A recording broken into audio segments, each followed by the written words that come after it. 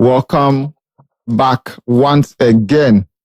And I know tonight I'm going to learn a lot. So God bless you so much for making time. This is another exclusive masterclass. I have actually learned a lot. I recorded a song today, and it was one of the songs which I sent to. So the project was by one of our sponsors of the show, Yadi Sessions. We have a studio here in Kumasi, a big studio where we invite artists to come and do freestyles and ciphers. So they made a beat. The producer is called DJ Banky. They sent me to do my version, and then I recorded a song. So hopefully maybe in time, I'll let you listen to it. But before we do that, I would like us to continue into the show. Thank you so much for making time for us. I hope you're doing good. I'm well. Thank you so much. Of course, it was such a pleasure last time. When you asked me to, do a part 2, I was like, yeah, let's do it, so thank you for having me back. It is, it's a pleasure to be here and to just share, and educate. So I'm here. We give thanks. So tonight, what we're going to be doing is we're going to be getting into ownership, publishing, royalties, think, also talk about maybe AI, Africa, and the Caribbean. So my first question would be, if you had the opportunity, to mentor an artist. Imagine a 20-year-old artist from Ghana or Jamaica approaches you tomorrow. They have talent, a few songs, no major fan base, and limited money. If you become their mentor for a year, what would you want them to accomplish during that first 12 months? Well, the first thing I would make sure that this artist understands is that if I put myself in a position where I want to mentor them, it's because I see something really amazing in them, and that I'm investing my time into them, right? So if we talk about investing, thinking like an investor, you got to understand how big that is. Right. Yes. So I would definitely make sure that this artist understands that talent is not enough. Not if you want to be a part of the music business or the record business. There's a lot of talented people everywhere. There's someone just as talented as you that they're right on your heels.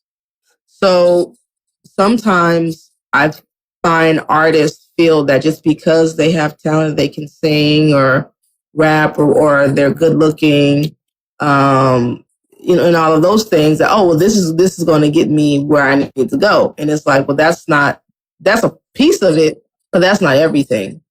So because we're in the age of technology that we are now, there's a few things that are super important. Having a following now is very essential for an artist. So one of the first things I will tell that artist is you got to get your follower count up. Within this year, you cannot idly not be engaged on social media. You can't just be idle. You have to be out there, because what would be the point? Let's say, and I've actually had a situation like this before, where I was working with a brand new artist. One day they said they wanted to be an artist. They woke up, they wanted to be an artist one day. Okay. Working with this person, and I was developing them. And within the first year, they were ready to drop music. And I said, no, no, you're just getting started. And what you need to be doing now, this is training. You don't drop the first 3 songs that we've worked on and say, hey, I'm ready. I'm here. I'm like, no, you haven't put in enough hours in the studio yet. I'm like, you've only probably put in maybe, and again, I'm speaking specifically about this individual. We had got to a point where we had maybe put in maybe like 300 hours. Maybe 300 hours in a matter of like maybe 4 months or so. But I'm just like, you got to understand, you got to put hours in before you're ready to drop a song, because you have to train your ear. You don't know what great music sounds like yet. You think you do, but you don't. And you understand and learn that by putting out more records, being around people who are better than you, collaborating with other people. And so with this person, I'm just speaking with this as an example, right? But I would tell that artist, you got to be engaged in social media.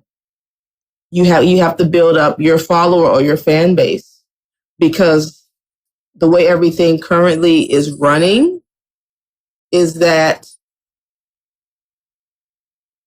your followers are who's going to support you. Exactly.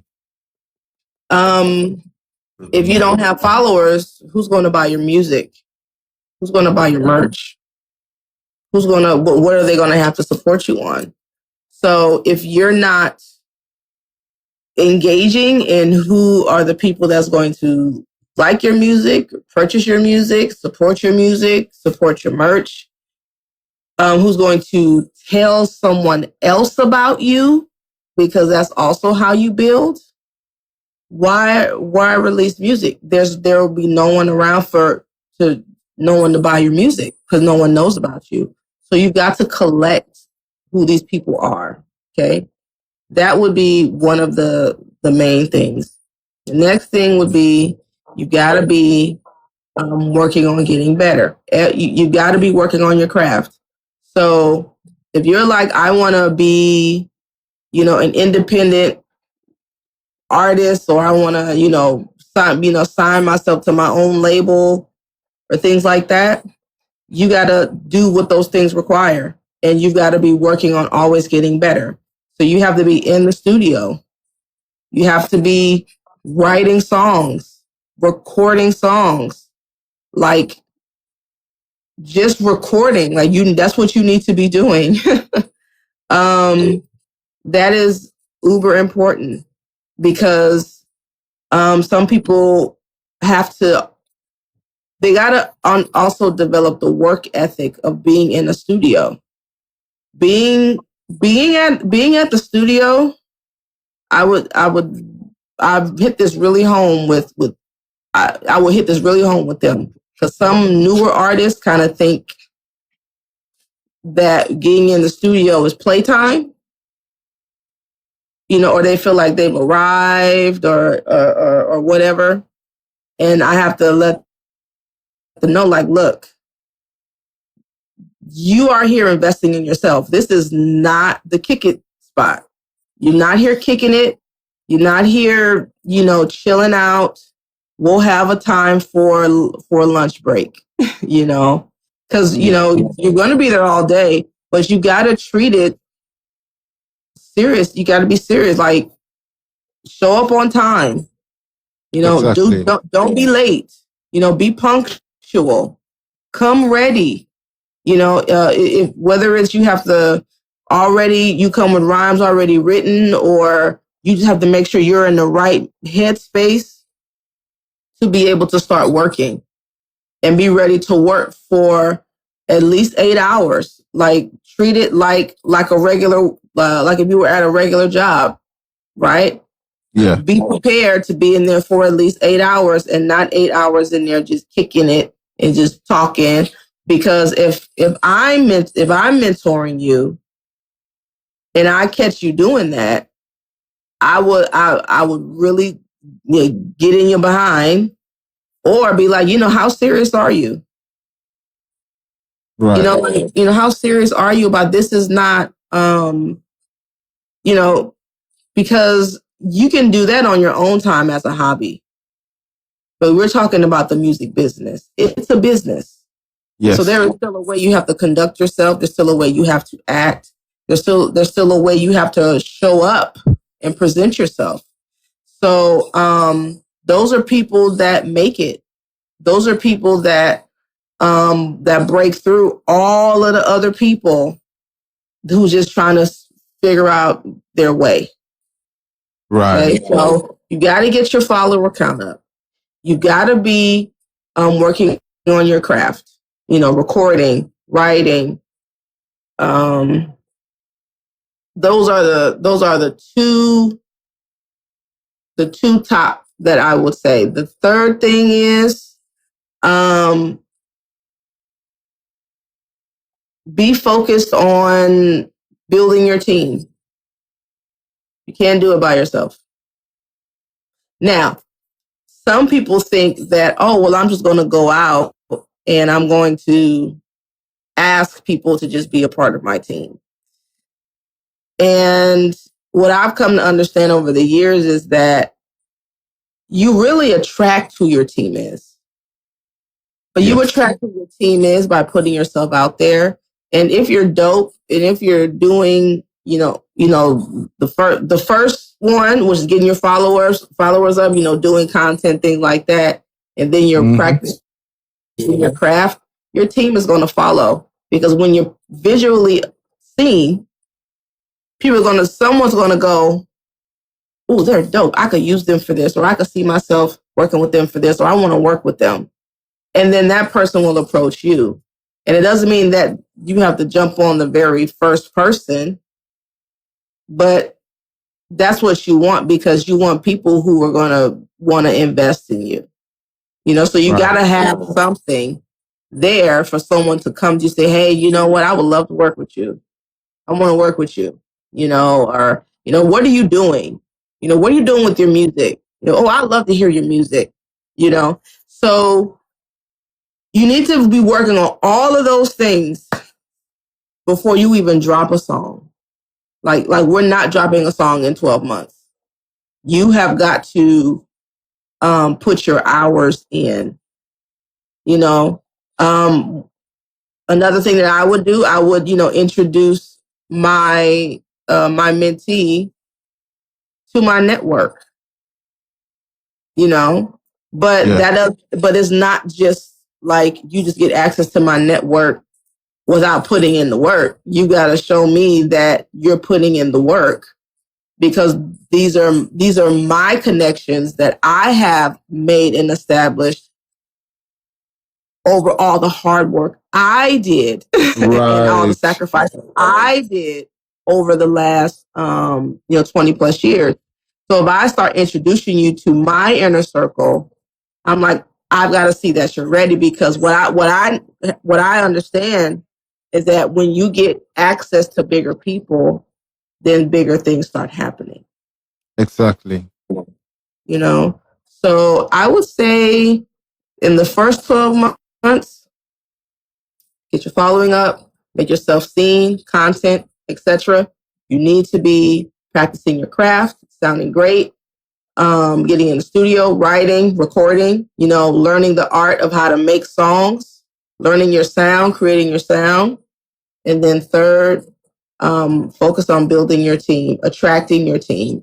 That is going to happen. The third one's going to happen based off of the second and the first thing that you are doing. Wow. That's very in-depth. Okay. That really blew my mind. It was like you were talking to me anyway. What would you yeah. What would you tell them not to waste money on? Do not waste your money paying promoters to do a show.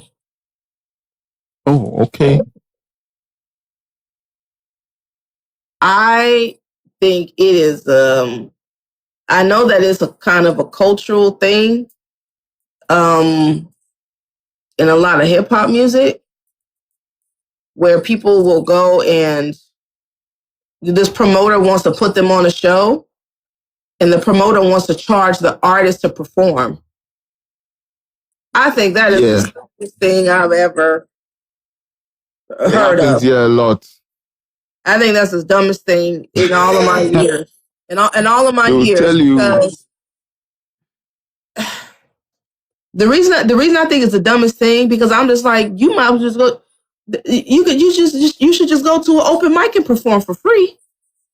Yes. So over here, they'll tell you, oh, they are doing you a favor because they are introducing you to an audience. And then sometimes you go and perform, people will just be staring at you like, or no one's there. At least nobody important there. Right. Why? I'm like, I'm paying you. Artists already have it hard. There is a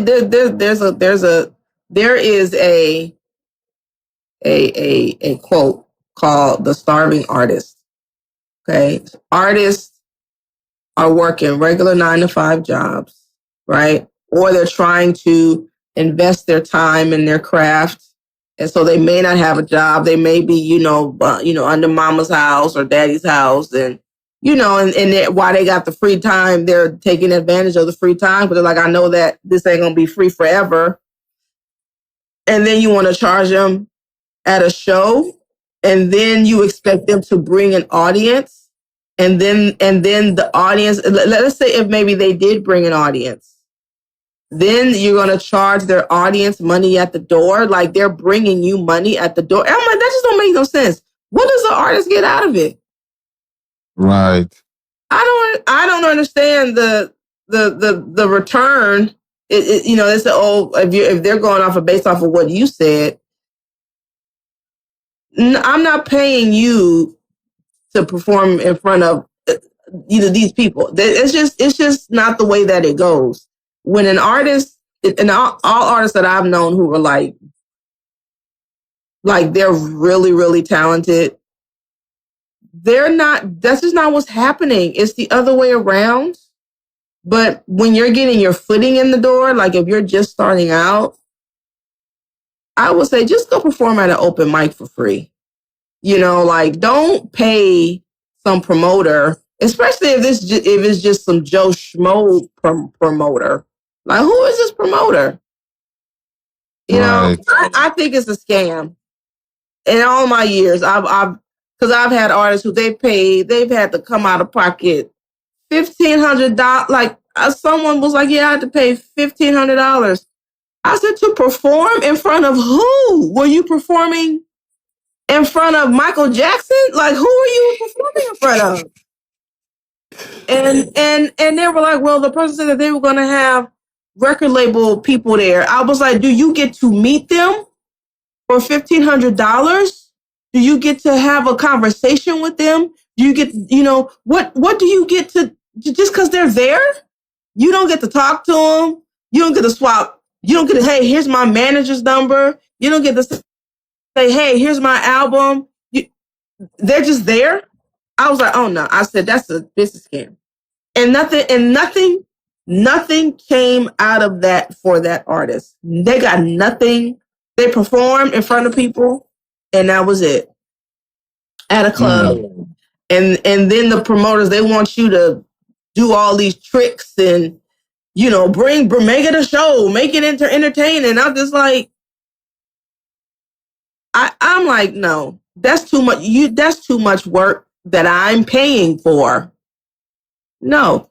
So I would definitely say, do not waste your money on things like that. Go find an open mic somewhere free and perform. Put your phone up, put your camera up, and the virtual audience that you create, invite them in your show. Start that way, because you can create a buzz that way too. Right. That's the first thing I would say. Do not waste your money on those things. It's not fruitful. I'm telling you, because I don't know if I knew people where that posed some sort of benefit to them, then I would have a different tune. But I don't know anybody They've been independent for no one just blew up out of that. To my knowledge, unless y'all know somebody, I don't.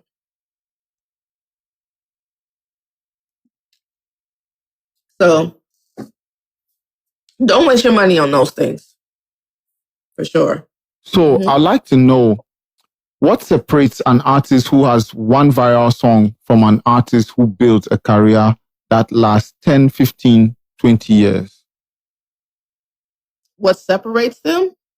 Yes. A viral artist, they will be considered our modern day one-hit wonders. That's how I kind of would categorize them. Because just because you have one viral song, I mean, it could put you on the map, but I think just the tier that you will be at wouldn't be as high as someone who's been putting time in the industry, 15 years or more. Building a catalog of music, you have to look at it like it is your digital. Well, now I say digital now because we're, everything is digitally, forward in terms of releasing music. You have to look at it like it's your, you have to look at it like an asset. Over 15 years of recorded music, that's an asset. Or look at it like your real estate. People sell their musical catalogs all the time. If over a span of 15 years, let's say they've recorded 50,000 songs, and out of those 50,000 songs, 8,000 of them were released, or 10,000 of them were released. And it's 10,000 songs that made their career. That's a catalog. People could go, they can go to someone or a company or an industry and say, hey, you're interested in owning my catalog. This is how much it's worth, because this is how much it's generated over the years. This is how many record sales it's made. This is how many times it went it went gold, platinum, diamond. Those are numbers. So numbers is going to transfer into currency. So if it's like my catalog over the course of the years that I've been putting out music has generated me, $15 million over the course of, 20 years or more than that, like $20 million. They'll probably evaluate that person's catalog at probably like $70 million. So then if you look at your musical catalog like that, but your music it has to be proven though, right? So if your songs have proven that it generates numbers, which turns into money and currency, then you can take that and you can go get go get a loan from a bank, or hey, you want to buy hey, I'm going to use my catalog as leverage, and they'll lend you the money because it's like, oh yeah, well, your catalog's worth this much. You made this much money. Yeah, we know that we'll be able to get this, get this back. And you can use that to fund your lifestyle. You can use that to buy your home or invest in your other business practices or things like that. So someone who has gone viral just once, what does that get you? Like, really, I mean, I would say like in the short term, it gets eyes on you, which is good. It gets you've gotten people's attention, but does that translate into, how is that going to translate into this one song leading to something else bigger? That's how I view it. Something has to lead to something else bigger. You got a lot of people that are singing your song. Like, that's good. You're getting a buzz. Is that buzz going to have, perhaps this company or this corporation going, hey, we want to use that person's song in our ad, or we want to use that person or collaborate with that person, and this is what we'll offer them for that collaboration, et cetera, et cetera. So one viral song, unless that viral song leads to other opportunities, then you just have a song that went viral. You're probably still broke as an artist, probably struggling artist, because how much is streaming giving for viral songs? Like Spotify, you have to get at least 1,000 streams before they even pay you anything, right? So going viral, I saw recently, and I'm sure a lot of people saw this too recently, that Snoop Dogg said that he got 1 billion streams on Spotify and made only $45,000. Snoop Dogg. How do you get 1 billion streams on Spotify? If you just do the math, how things would be, how it would have been back in the day, if you were to sell a CD or a cassette for $1. Yeah. I see someone in the comments saying, what? Yeah. Imagine selling a CD or a cassette for $1. The record label, over the course of the time, would have made that record would have made $1 billion. Exactly. And then whatever the percentages is, you bust the percentages down, whatever the record label has to recoup from marketing, et cetera, et cetera. And then the artists, they have a percentage. The artists, they might get, 5 cents on the dollar, or 10 cents on the dollar, or whatever. You add all of that up. I can't even do the math, but that's way more than $45,000. That's true. So virality has its perks, but it doesn't have, I think, the strength and the longevity of someone who has a proven track record of a career of songs over 15 years or 15 years. It's just not the same. Wow.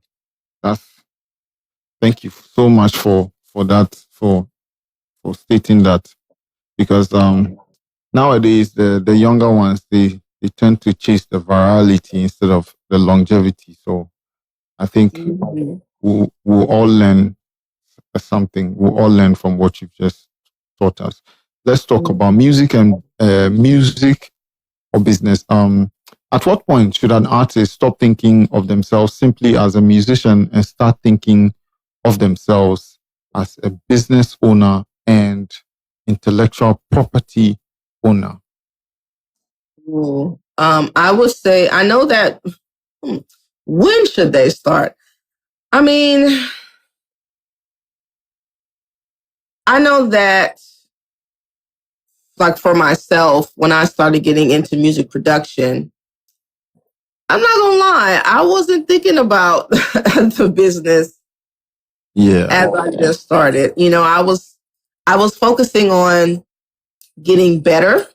I was focusing on, also a place of like discovery. Like I was trying to discover what my sound was as a producer, the techniques of, just what makes a producer be a producer. So I'm still discovering myself. And I started very early on, like 15 or, in terms of producing, 16 or, somewhere around there. So for artists, I would say I think learning those things about thinking like as seeing yourself like as a business owner, I think those are lessons that kind of come as you are working and building.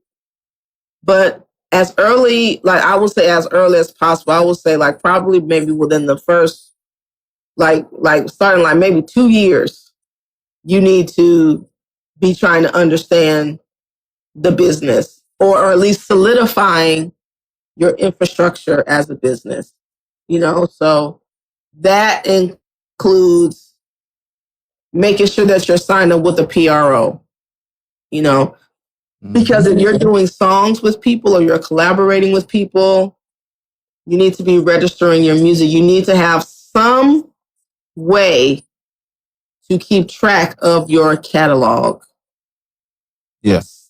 Some way you need to be able to see your digital assets somewhere, because you'll have, you sure you can have like the physical form, like the MP3 and all of that, but you need to have some sort of database or somewhere that can track your songs, or proof that you have tracked or worked on these songs, or your songs, right? I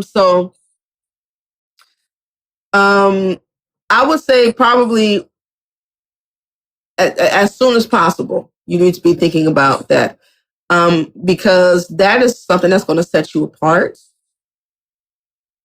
from if you are like a professional versus you're doing it just for fun, right? I tell artists all the time, I'm like, if you don't have a PRO, unfortunately, we can't work together, because my outlook for how you view this is that I don't think about the business. I just want to create. And for me, I'm like, well, I'm in with the business. Like, that's what I do. So if I am in a position where I want to, put your song on television, that requires paperwork. And it's not just, let me just sign this paper. Like, no, like there has got to be things in place. I had someone a very, very dope, talented rapper who I wanted to work with. And we were getting the rapping and talking and everything. And when it came down to like, hey, like, so what pro are you signed up with? I don't have one. And I was like, you don't have one? And I was like, well, okay, well, are you going to go sign up? And he never did. Never did. And or he was trying to get someone else to sign him up, and I'm just like, come on, like you got to, and you can sign up for free. Signing up for, here in the States, signing up for ASCAP is free. You can get your writers and your publishers for free. And I'm just like, he never did it. I'm like, well, there's one aspect of how you view, wanting to do music. But like, again, I'm not a hobbyist. So you've got to either be around people who know the business that's better than you, who can assist you. But at the same time, I've never been the type of person to advise any artist to solely just rely on one person to make sure that your business is in order. I'm like, you should at least try and learn and understand something. But that's just how I've always been too. I've never just been like, I'm gonna just rely on anyone to just know everything. I'm gonna go and I'm gonna do my research and learn about it, because I'm like, well, what if this person tries to backdoor me or take advantage of my ignorance? Because people will do that too when you're up and you're established. People will do that. So I saw something recently where Chance the Rapper he parted ways with his manager and sued his manager because Wow. he said that he felt that his manager he engaged in practices where he was just trying to do things to benefit himself off of Chance the Rapper's career. He said you're trying to benefit only for yourself off of the work and off of my name and my talent. And I'm just like, I believe that that's very possible. You know, those are things that they can happen.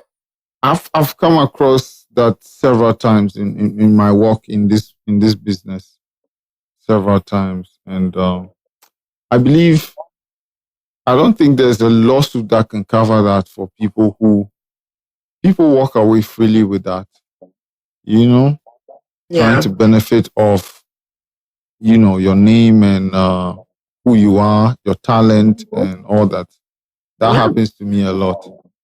Maybe sometimes because some people are good-hearted people, you know, they tend to just look away from such things, but some people wouldn't let it go, you know. Yeah. But again, that's the music business. Or it's just business. If you take the word music away, there's business. And there's a way that business has to be handled and conducted. So even if it's like verbal agreements, you know, like you need to have something, you know, in place for that verbal agreement, or you know, you need something. You know, you have to have some type of system in place. You know, like I had you know, something where I reached out to someone, you know, to get, you know, give an opportunity for them to do something, you know, with me. And they were very thorough and asking really thorough questions to me.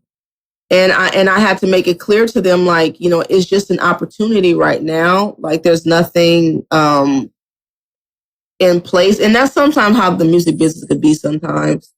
But it is an opportunity. Yeah. And they were like, well, can I have something, or can we solidify something in writing? And I said, sure. I was like, we can go ahead. I was like, if you would like, you can either send me something. I said, I respect how you do your business. You know, if that's what you want, that's fine. I was like, if you want to send me a document, that's fine. Or I'll write in this text message right now, just so it could be a proof of our verbal conversation. Mm-hmm. And I did that. And I'm like, this is viable in like court, you know, because it's in writing. You know, text messages are, you can use that, you know. So you have to have something in terms of your business for, you know, for legal purposes and to protect yourself. Exactly. Thank you. If an artist had $1,000 to invest in their music, let's think about a practical way. How or what would you advise them to invest that money in to help their career? And what would you tell them to and not to?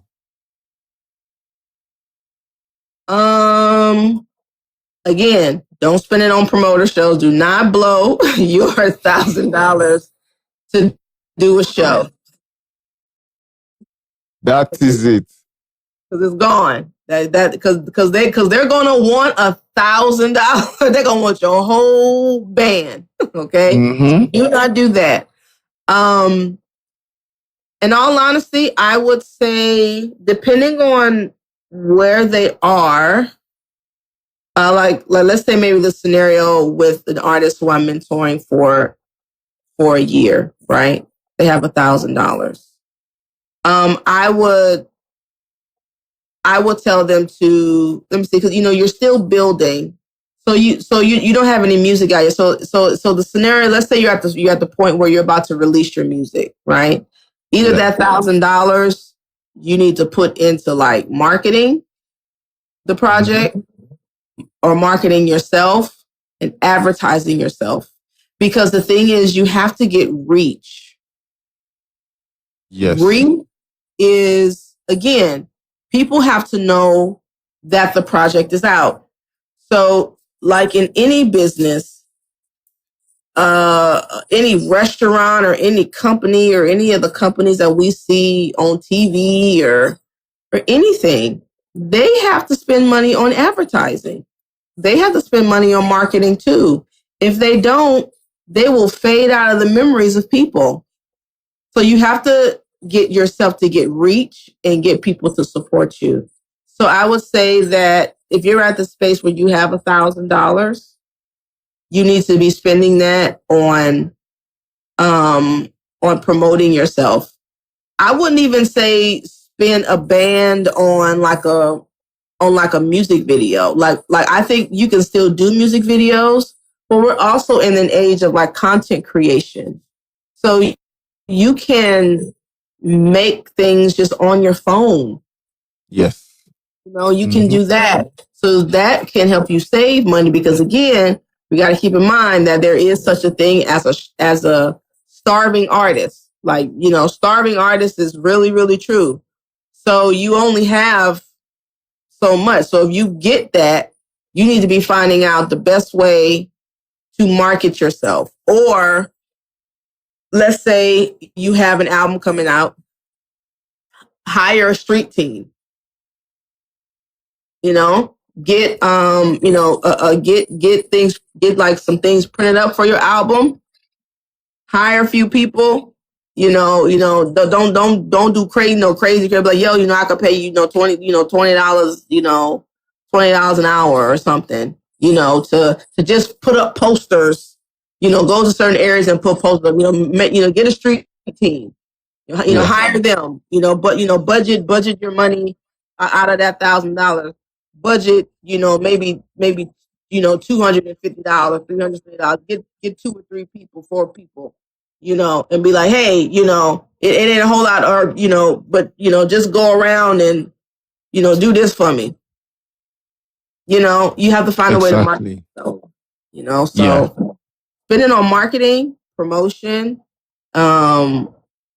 advertising yourself, your brand, your project.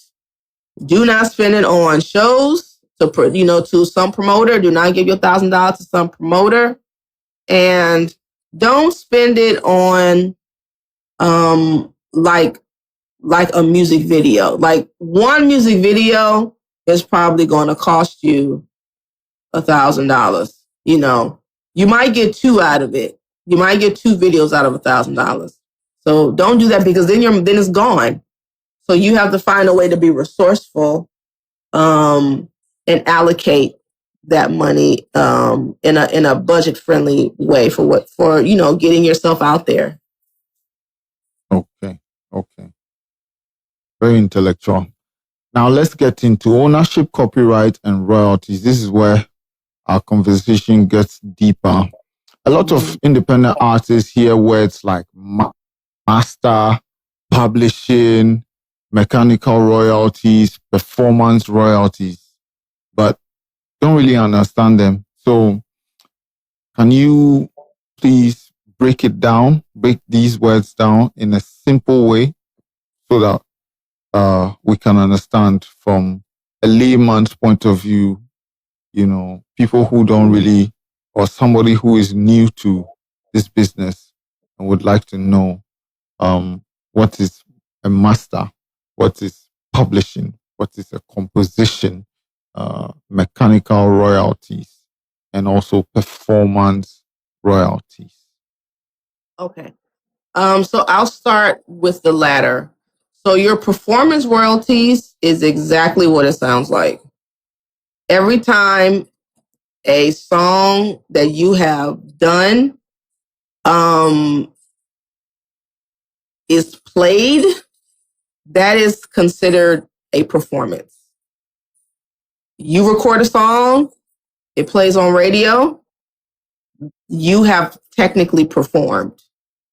The song has performed. So there is a royalty that is allocated towards when the song performs. If your song is on, and I'm speaking in layman's terms because this is the age we're in. We're in the digital age. Yes. Right? So it's like, where is my song performing? Now I'm on the song, so technically I am performing. This in the digital age.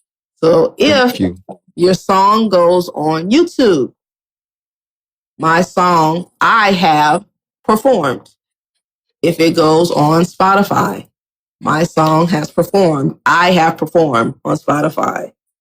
If it goes on Twitch, I have performed. My song has performed.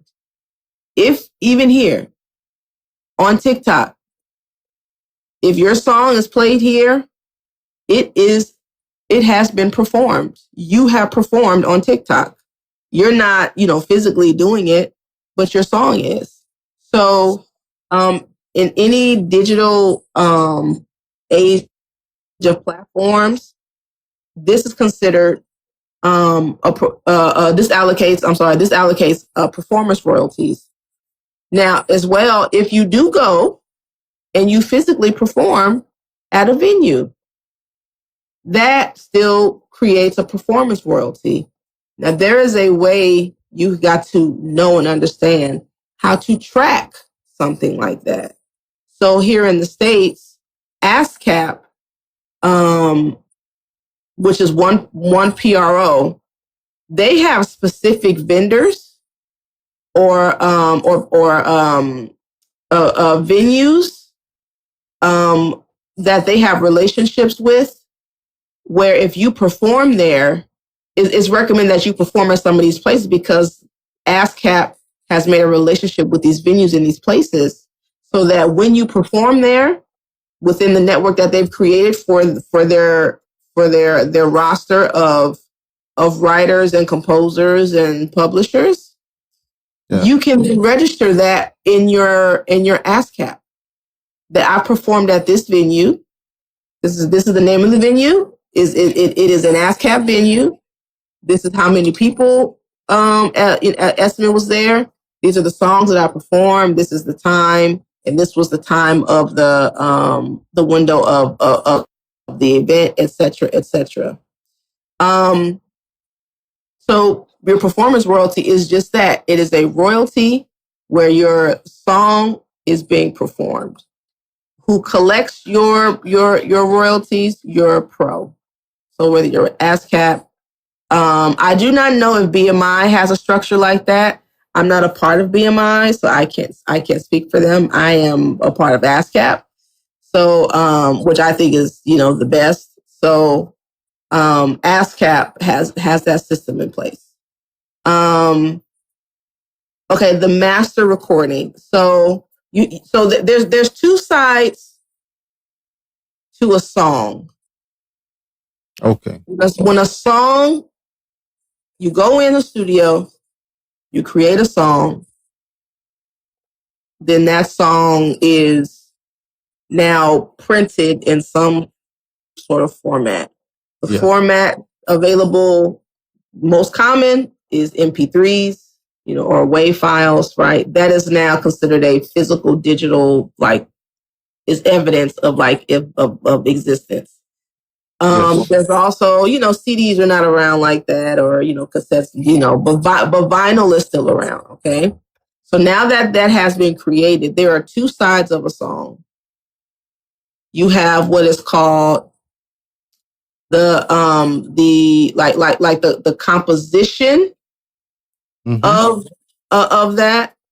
And then you have what's also called the master, or the sound recording. So the part of the song of the composition side is all of the people who have been involved in the creation of the song. There is a portion of that belongs to you. Okay.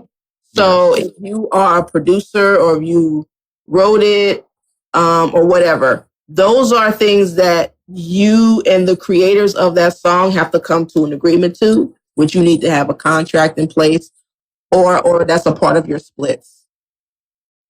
You know? Now, the master recording or the sound recording, the traditional way, that is literally, well, let me define what it is. First, all it is literally the recording of the actual song. So it is like the footprint of the song being created within its, like, okay. That's literally what it is. It is the song itself, the creation of the song. The sound recording is like the existence of the song.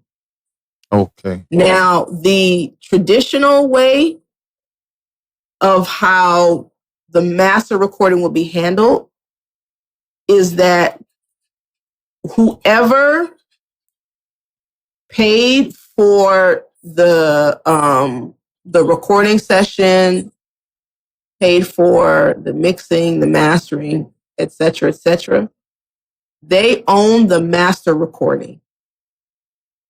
So in a lot of instances, this is how a lot of recording artists would go broke, because when they would sign with the record label was putting up the front money. They were putting up the money for your studio time, for the mixing, for the mastering, etc., They were paying. So in their contracts, it would be where we own the master.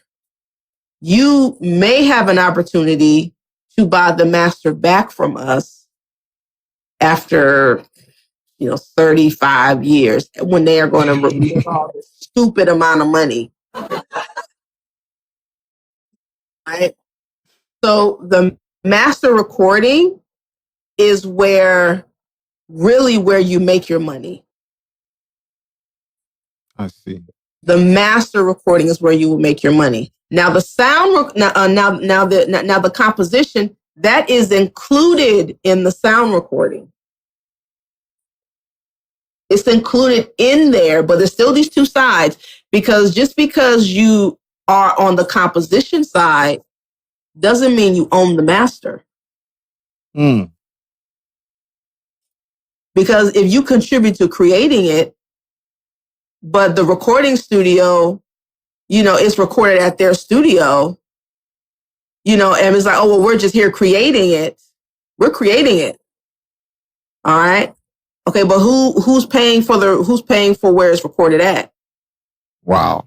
Who's paying for that? So no one, we're just gonna come, we're just gonna jam, and we're just gonna, okay. Well, the sound recording, y'all just jamming. Oh, we just jamming, or blah, blah, blah. Okay, well, who owns it?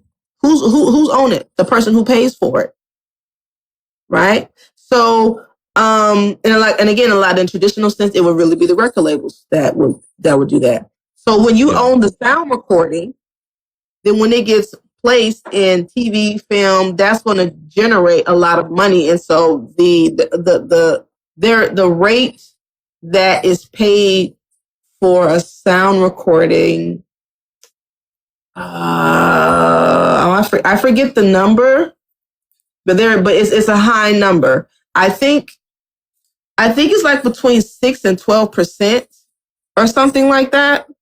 I would have to check, but that's way better than you're just relying on just the composition side for having your song, spun on Spotify, who pays you 0.00000000000003231%.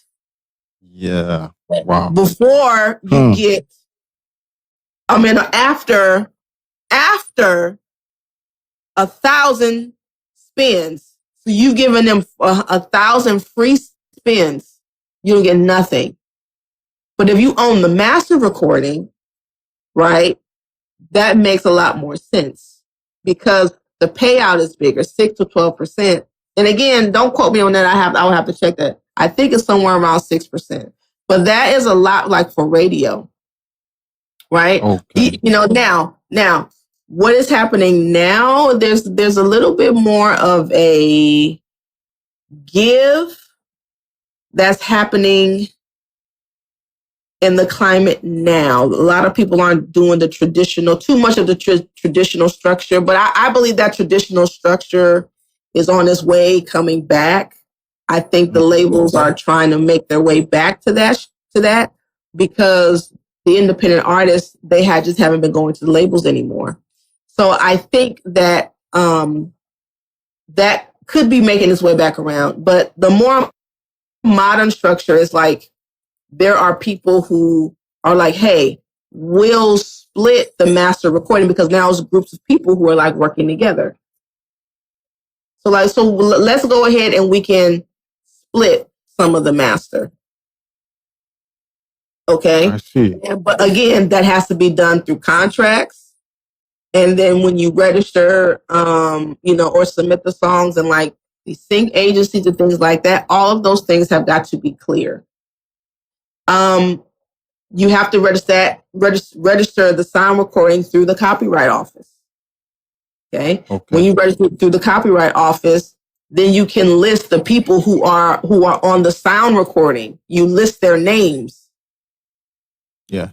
So in listing your names, then that will show, oh, okay. So when money is divvied out based off of your splits and all of those things, then everyone will get their share of the master recording.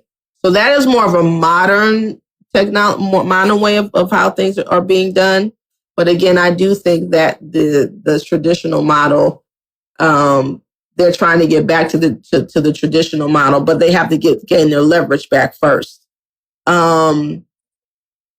Okay, and then the other one was mechanical royalties. That should be the last one. Okay. You talked about master. You talked about publishing. You talked about composition. You talked about performance royalties, and I think the last one will be mechanical royalties. Mechanical. Okay. Yes. So mechanical royalties. A lot of people kind of overlook mechanical royalties. Mechanical royalties. Let me see, because now it's with now in the digital space, mechanical. Let me see.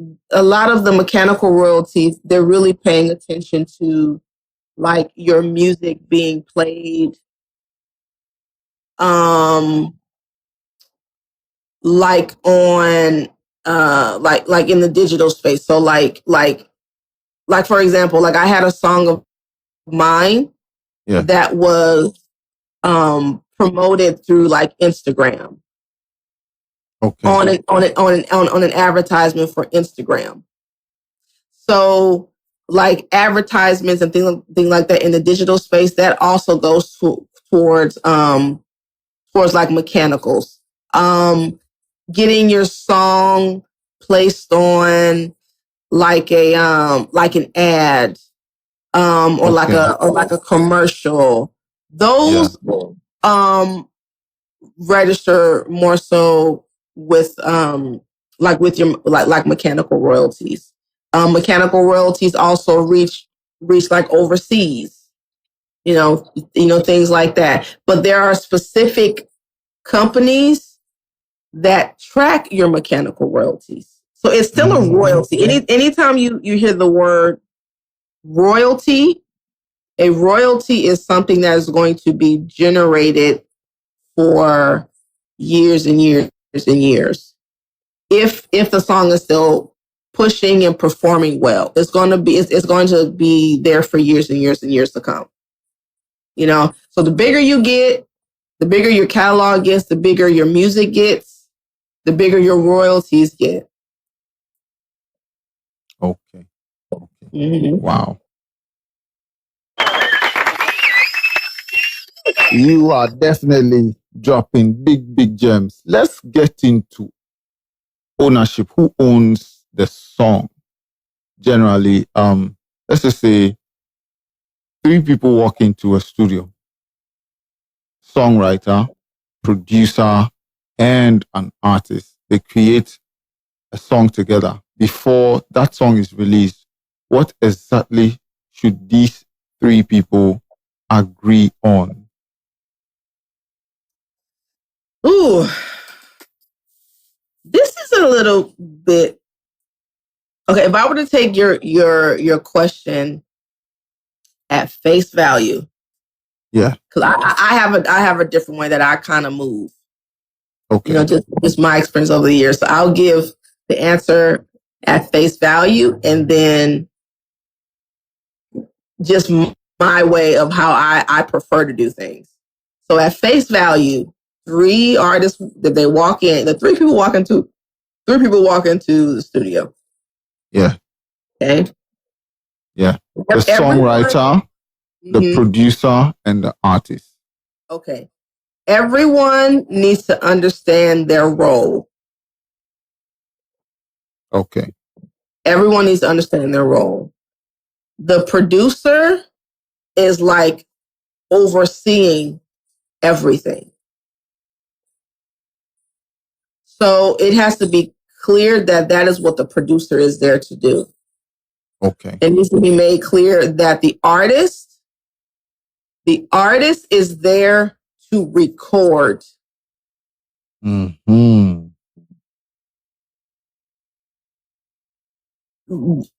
Too many people now don't even understand their defined role in a situation like that, which is how things get messy. Right. So the recording artist needs to understand, the artist needs to understand you are here to record. That is your job. My job as a producer is I oversee, I orchestrate, I make sure that everything that needs to be in place to make this song complete happens. I oversee this. It's like the producer is like the manager. Right. That's the best way I can say it. A lot of people think the producer now are just beat makers. You're not even touching the surface of what a producer does. A producer knows a little bit of everything. Is like if you're a manager, like over an establishment, the reason you can manage that establishment is because you understand every role, or you've worked every role within that establishment. You've touched on a little bit of everything, so you know how to conduct and orchestrate and communicate with the different sectors of people with the different positions. Like producer, a general manager. Yes. So a producer understands a little bit of everything. A producer understands as an engineer. A producer can get behind the board and EQ and all that type of stuff. A producer understands musicianship, or they play something. A producer knows how to write because they write a little bit, or they know how to record because they've recorded, their own stuff. Yeah. They understand vocal production. That don't mean they have to do everything. They understand the analog gear in the studio.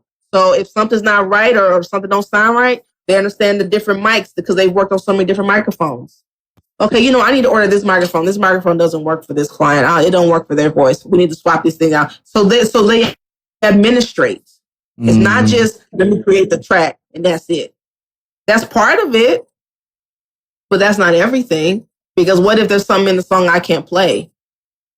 You know what? Let me go call my homie who's a guitar player to come in and record this part, or my drummer to come and play this, or my bass player to come and program the bass, or whatever. Because the bass I'm doing, it don't feel right. I don't like what I'm doing. Let me get someone else in. This is the idea, but they gonna really bring it to life. So my role. I'm very clear on my role. If the singer not singing, I'm like, that's not right. Let's do it this way. Let's try this way. And let me call this vocal coach in to come in and do this. Or I'm gonna call this vocal producer because I think they'll do it better than me. And I don't have to do everything, right? So the artist needs to understand that you are there to record. You are not there to dictate anyone or dictate what you want. respectfully. Yes. Especially if you're working with a producer who this is what I do. You haven't done anything. Respectfully. What have you done?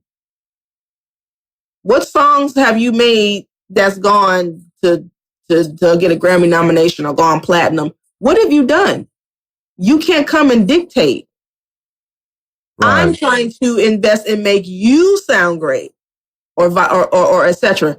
So you got to understand that as an artist, if this producer is pulling these resources together to make a complete, fabulous, polished product for you, you've got to do what they say. Because you got to trust them and trust their process. Trust the process of what they're doing because they know what they're doing. Now, with the songwriter, same thing. Their position is to write the song. That's their role, right? So they don't get to go in and tell the artist how to record the song. They're writing the song. But there's a little more bend than that too, because the songwriter and the artist, there's a bit of a closer connection there. But I'm talking about just if we talk about definitive lines, because I'm assuming, like, let's say these three people walk in and like this is their first time working together. Everyone has got to understand their roles. That is going to help things move smoothly. Okay. So in that instance, who would own the song? I think that is contingent on what they agree to. Are they paying for the studio time? Like if this is artist that comes in and this songwriter, they're all contributors of the song, so they all have an equal split in the song. Now, if the artist was going to be like, I'm going to pay the songwriter an absorbent amount of money,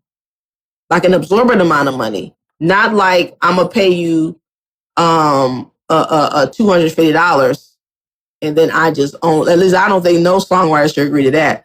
But they're like, okay, well, if you want to buy me out of what I would be entitled to for my involvement and creation in this song, you could buy me out for like $8,000.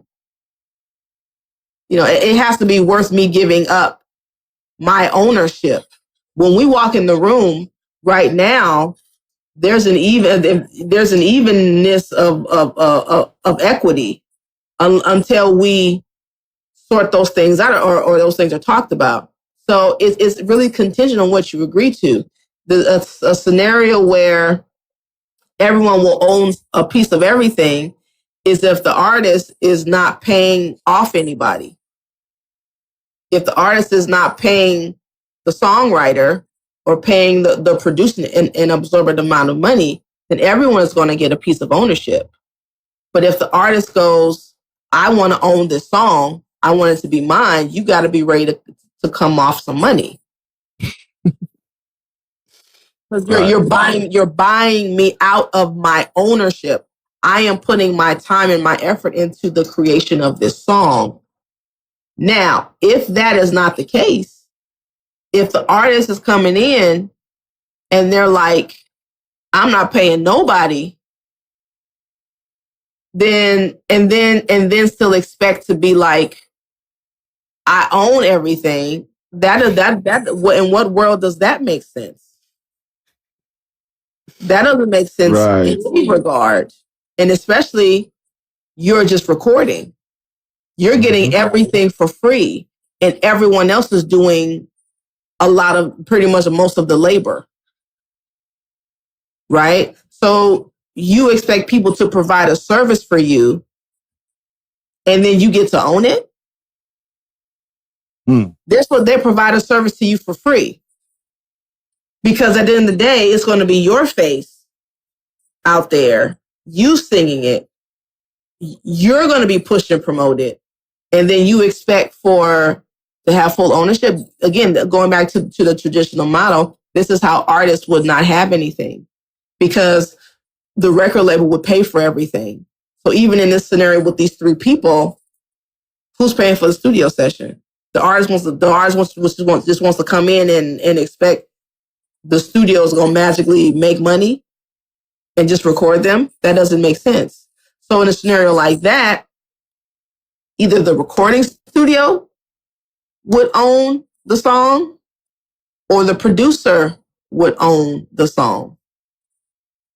And then the songwriter would have to have their own agreement between either the recording studio or the producer. There's so many different variables. It really depends on how you approach and how you talk about it. Okay. Right. So it depends on how you talk about it. But in terms of hierarchy, it would be the producer. In hierarchy, the producer. Because the producer, again, is doing so much of the work, so much of the labor. And then a lot of reliability really does fall on the producer. The producer is the one that is going to be finalizing everything. The producer in the end is going to literally have the physical version of the master. They're going to have it.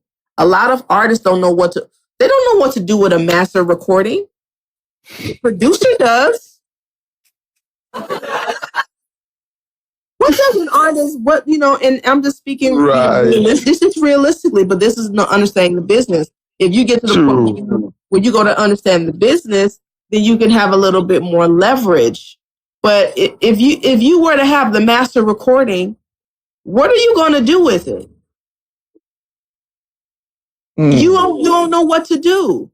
It's going to just sit and get dusty and not make no money. So it's like, why not, and maybe in a better sense, maybe put yourself in a position where you could own maybe a small portion of the master. If you come in a humble manner, if you ain't got no money, and let the professional, who knows what to do with the master, push it and let it make money while you learning the business, or et cetera. Right? So exactly. That is like a face value scenario. Now, for me, I am very, very picky about who I go into the studio with. And this is just after years of from personal experience and, sucky, situations and stuff, I am like, I have got to feel like the person who I'm about to get in the studio with is someone that I feel comfortable enough to do business with. Period. Okay. Going into a studio for the first time with people that I just don't know and what we're just about to work, I don't know you. I don't know how you conduct business. I don't, it's already enough. It's interesting when you get into a studio with someone for the very first time that you've never worked with. You're learning how each other work.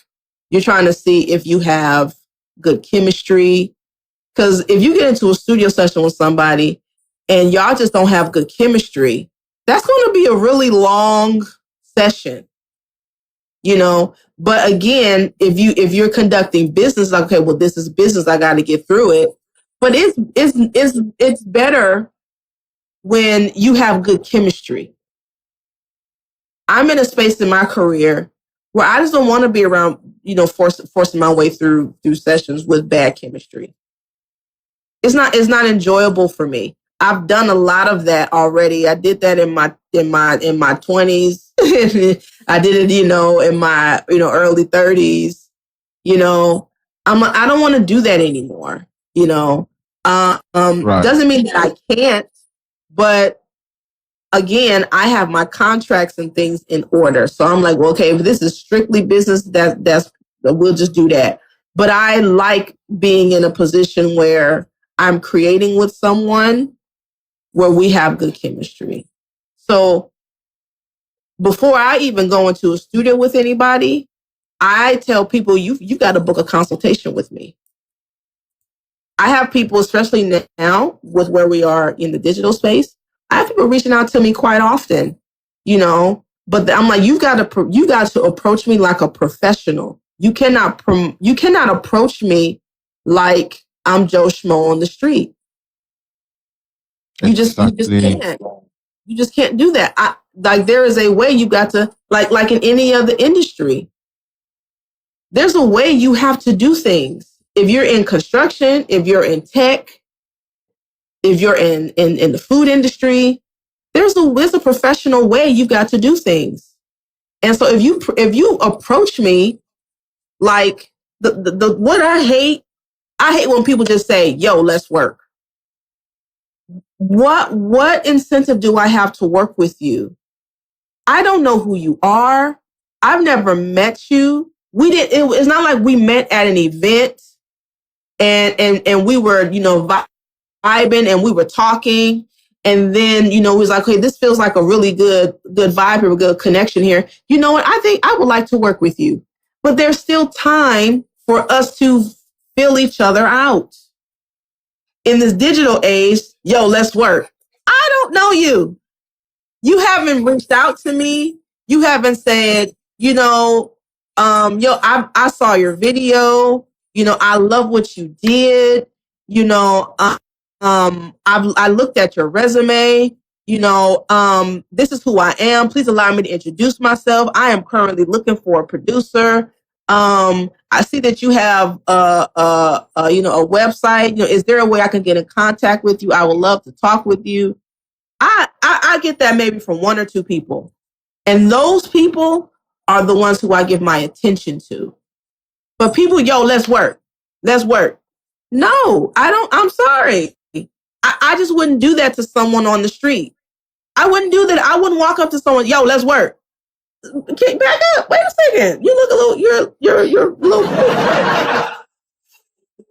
Right. But I know that the social media space has kind of created that atmosphere where people don't think about that. I just wouldn't do that. So you got to think like a pro. Be a pro. Don't, that's very amateur. Don't do that.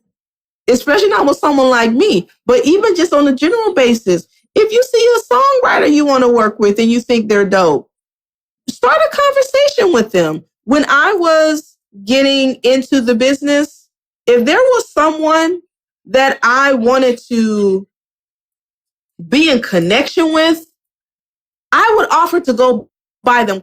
Can I buy you a cup of coffee? Can we talk over coffee? It's the gesture. Yes. It's the gesture of, okay, like I can't pay you for your time, but could I take you to lunch? Or can I buy you coffee? Or I've done things like that. I've just paid for someone's stuff, and they're like, you know what? Thank you. I really appreciate that, because you got to understand that professionals, we come across people all the time who just want to take.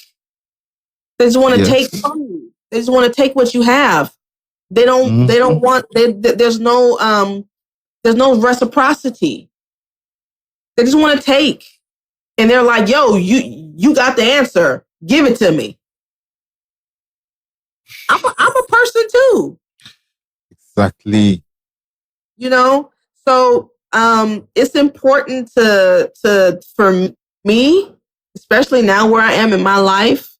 If I am going in the studio with someone, I have already felt you out.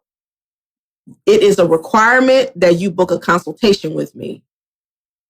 We have got to meet in person here on the phone first, in some fashion. I had someone who was a part of a record label recently, and we had a phone conversation. They came to me with the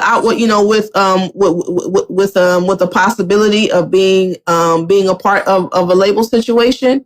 We talked on the phone for at least an hour, just talking, because those things still matter, not just let's work and then we off the phone in 5 minutes. Why? I don't know anything about you, and being in a space where you're sharing your creativity. These things are important, you know. Even outside of any industry, deals are made over cups of coffee. Deals are made over the dinner table. Deals are made over, like, you know, when you're having like for real. If we really get serious, that's when deals are made. Right. Because who am I making a deal with? Who am I making an agreement with? Who am I making a contract with? Who are you? Why should I get into business with you? I'm not very quick to just throw myself in a contract with someone. And sometimes people on my team be on my head about that, but I'm like, what you got to understand for me is that if when I put myself in a contract in with someone, I'm locked in the contract too. Yes. That's my view. I'm not saying it's the right view, but I'm like, I'm in the contract too. Right. So it's not just the person who I'm working with. It's just not their obligations. I have obligations now too for the life cycle of this contract. So if the contract, I mean, if our relationship goes upside, I'm like, oh my God, how long am I still in this contract with them for? I have an obligation too now, or they might be able to come and sue me, or it gets real messy or real dumb. Yes. You know, it gets real stupid. So I'm like, I have got to make sure that if I am getting in a business transaction with you, if we're making music together, I have got to be sure. And you can't always be sure 100% of the time. You know, you can't, you know.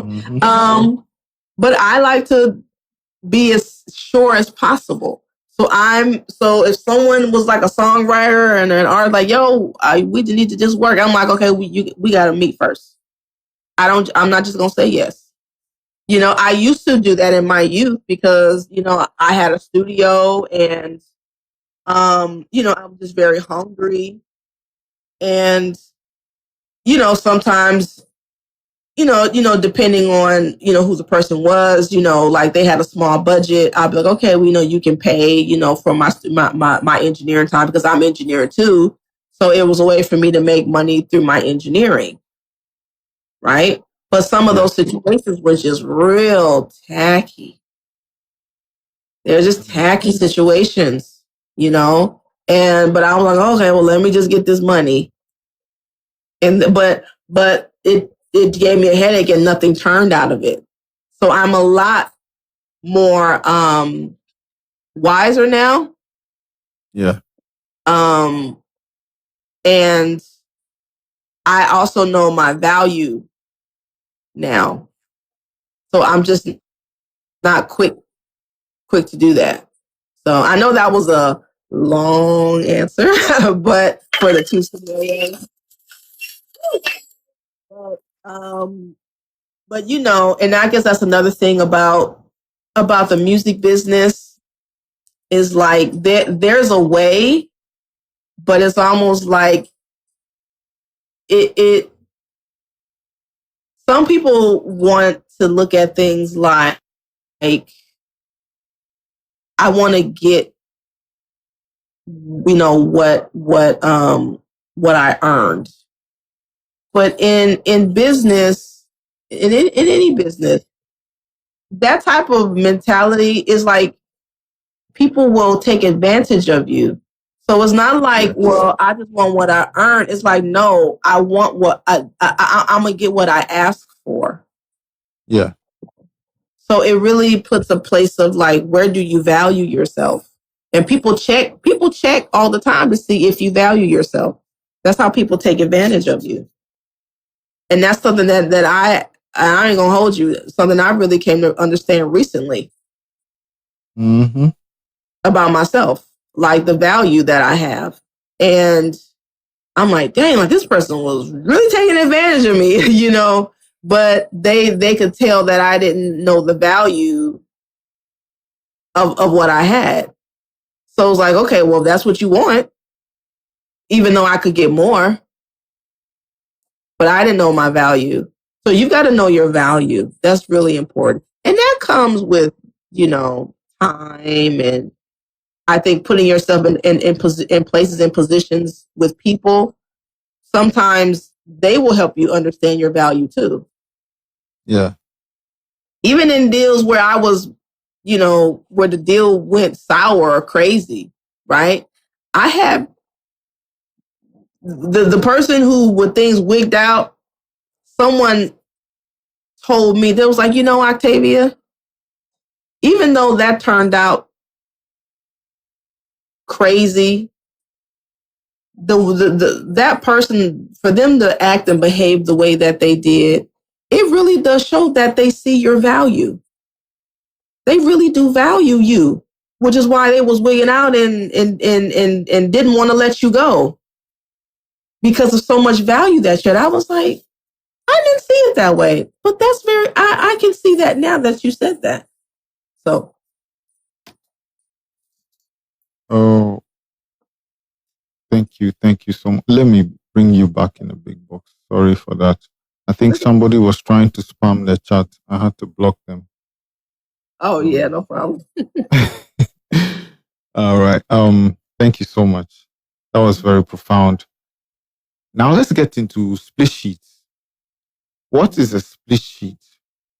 And why can failing to create one at the beginning of a song create serious problems later or years later? Because I recently, just last week, got into a whole brouhaha with some people that, you know, it nearly got into a sue. So luckily for me, they gave me the beat. It didn't come with a split sheet, but the producer was on here on my live on an interview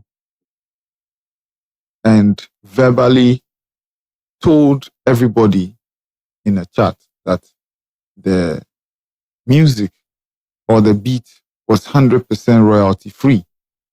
So I recorded the song, but I never released the song because I didn't know the producer until he came into my chat and said it. Last week, they came back. They were like, oh, Mr. Big Shot, since you voiced our rhythm, you have to pay us. Otherwise, we'll sue you. We'll take you to court. So then the Spirit of God reminded me, hey, do you remember that these people came to your live and said it's 100% free? So I had to go back, crop that part of the interview, send it to them like, hey, this might help you as an evidence in filing your case. So then the weight got lifted off my shoulder. So that's specifically why I'm asking this question. What is a split sheet? Why can failing to create one at the beginning of a song create serious problems later, so that people like me and other people would learn from such, a question? Okay. So I'll answer the question, and then I have a question regarding your situation. Yeah. So, a split sheet is literally a physical document saying what percentage of the song, the creation of the composition, is divvied up between parties. Yes. That's the simplest term, right? Now, some people will maybe do a split sheet prior before you even start in the session. In my experience, a lot of times that hasn't been the first approach, because when the people come in, sometimes I like to use the word labor, because I feel the word labor translates into other industries. It's just a word that I think can help people understand the scenario that I'm trying to paint, right? So, because sometimes you have people who will come in a session and they didn't do no work at all. They didn't do no work. They may have made one suggestion. They may have said one word, one idea, and expect to have 10% of the song. People like that I can't stand, because I'm like, what work did you put in to this song? I have heard of other scenarios where people have been like, oh, I programmed the hi-hat. I need to get 8%. I'm very serious. I've heard of scenarios where people have come in at the very end of a song and they may have played a chord or something real quick and be like, I want 15%. Like, it's just these crazy scenarios. Crazy scenarios. So I have found that me holding on to the term labor, when I say that, it clicks differently for other people. Because then it just makes people be able to tangibly understand how much work did you put in for the percentage that you're asking. Yes. The percentage that you're asking for, did you put in that much work? Did you put in 15% of the work? Did you put in 25% of the work? Did the idea that you suggested that is incorporated in the song, does it hold 10% weight of what makes the song viable or great? So these situations can change, because let's say maybe, like the part of a song that is really, really important, or what makes the song special, is the part that you said, or you recommended, or you recorded. Some people may be like, oh, well, you only did this little bit, so so you shouldn't get that much. I'm like, but wait a second. What if the person want to say, well, you know what, since you want to be like that and you don't see the value of what I put in the song, take my part out of the song. Take it out. You can't use it. That might make some people change, because what if you did the hook? The hook is the most important part of a record. Yeah. So even if maybe you spent 20 minutes creating that part, but then everybody like, oh my God, this is crazy. This makes the song crazy. That changes the scenario, right? Because I'm okay. Well, if we'll take my part off. Then there is no record. So situations can change, but so that's why I'm like, labor. Think of it through a labor. Did what I do in a labor sense, is it impacted? How much impact is it giving the song, or how much time did I put in? So, because people try and get away with trying to be slick with stuff like that, right? So, saying that, because when the session is over, sometimes a song may not get done in one full session. It might take 2 sessions. It might take 3 sessions. Depending on the song, right? Yeah. So I feel like it's easier to calibrate like, how much work everyone has put in when the song is pretty much written and completed, or it's a demo. And so now it's ready to go and get mixed or mastered or things like that. Right? Because I'm like, now we have an understanding of, okay, well, everyone here has put in a lot of time and energy into this song. So there is no reason to argue.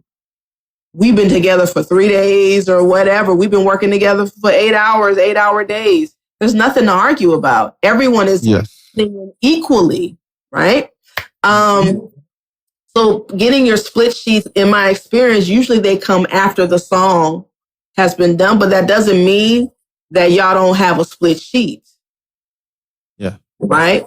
But everyone in this scenario needs to be integrous and understand you don't go and promote the song, or you just don't do things like that. Like, that's tacky, or you're playing it for everybody, or things like that. And I know you don't do things like that, So even something as simple as, hey guys, you don't have to have a physical copy, but you're like, hey, let's go ahead, now that the song is done, let's just register the song, in our pro. That happens, just to have some sort of documentation. That's important because people, as time goes on, people can forget. People can be forgetful. True. Sometimes, and it's not on purpose. They're not being forgetful on purpose, but they've gone and they've done however many other sessions. How many more sessions have they done? So sometimes what a lot of writers will do before they even start, they'll just start a document of all the writers in the room. They'll have their information, their BMI, their ASCAP, whatever their pro information is. Okay, we'll just start a sheet for who's in the room. We'll have everyone's pro information, and we'll list the days of that we worked on. So we'll name the title of the song.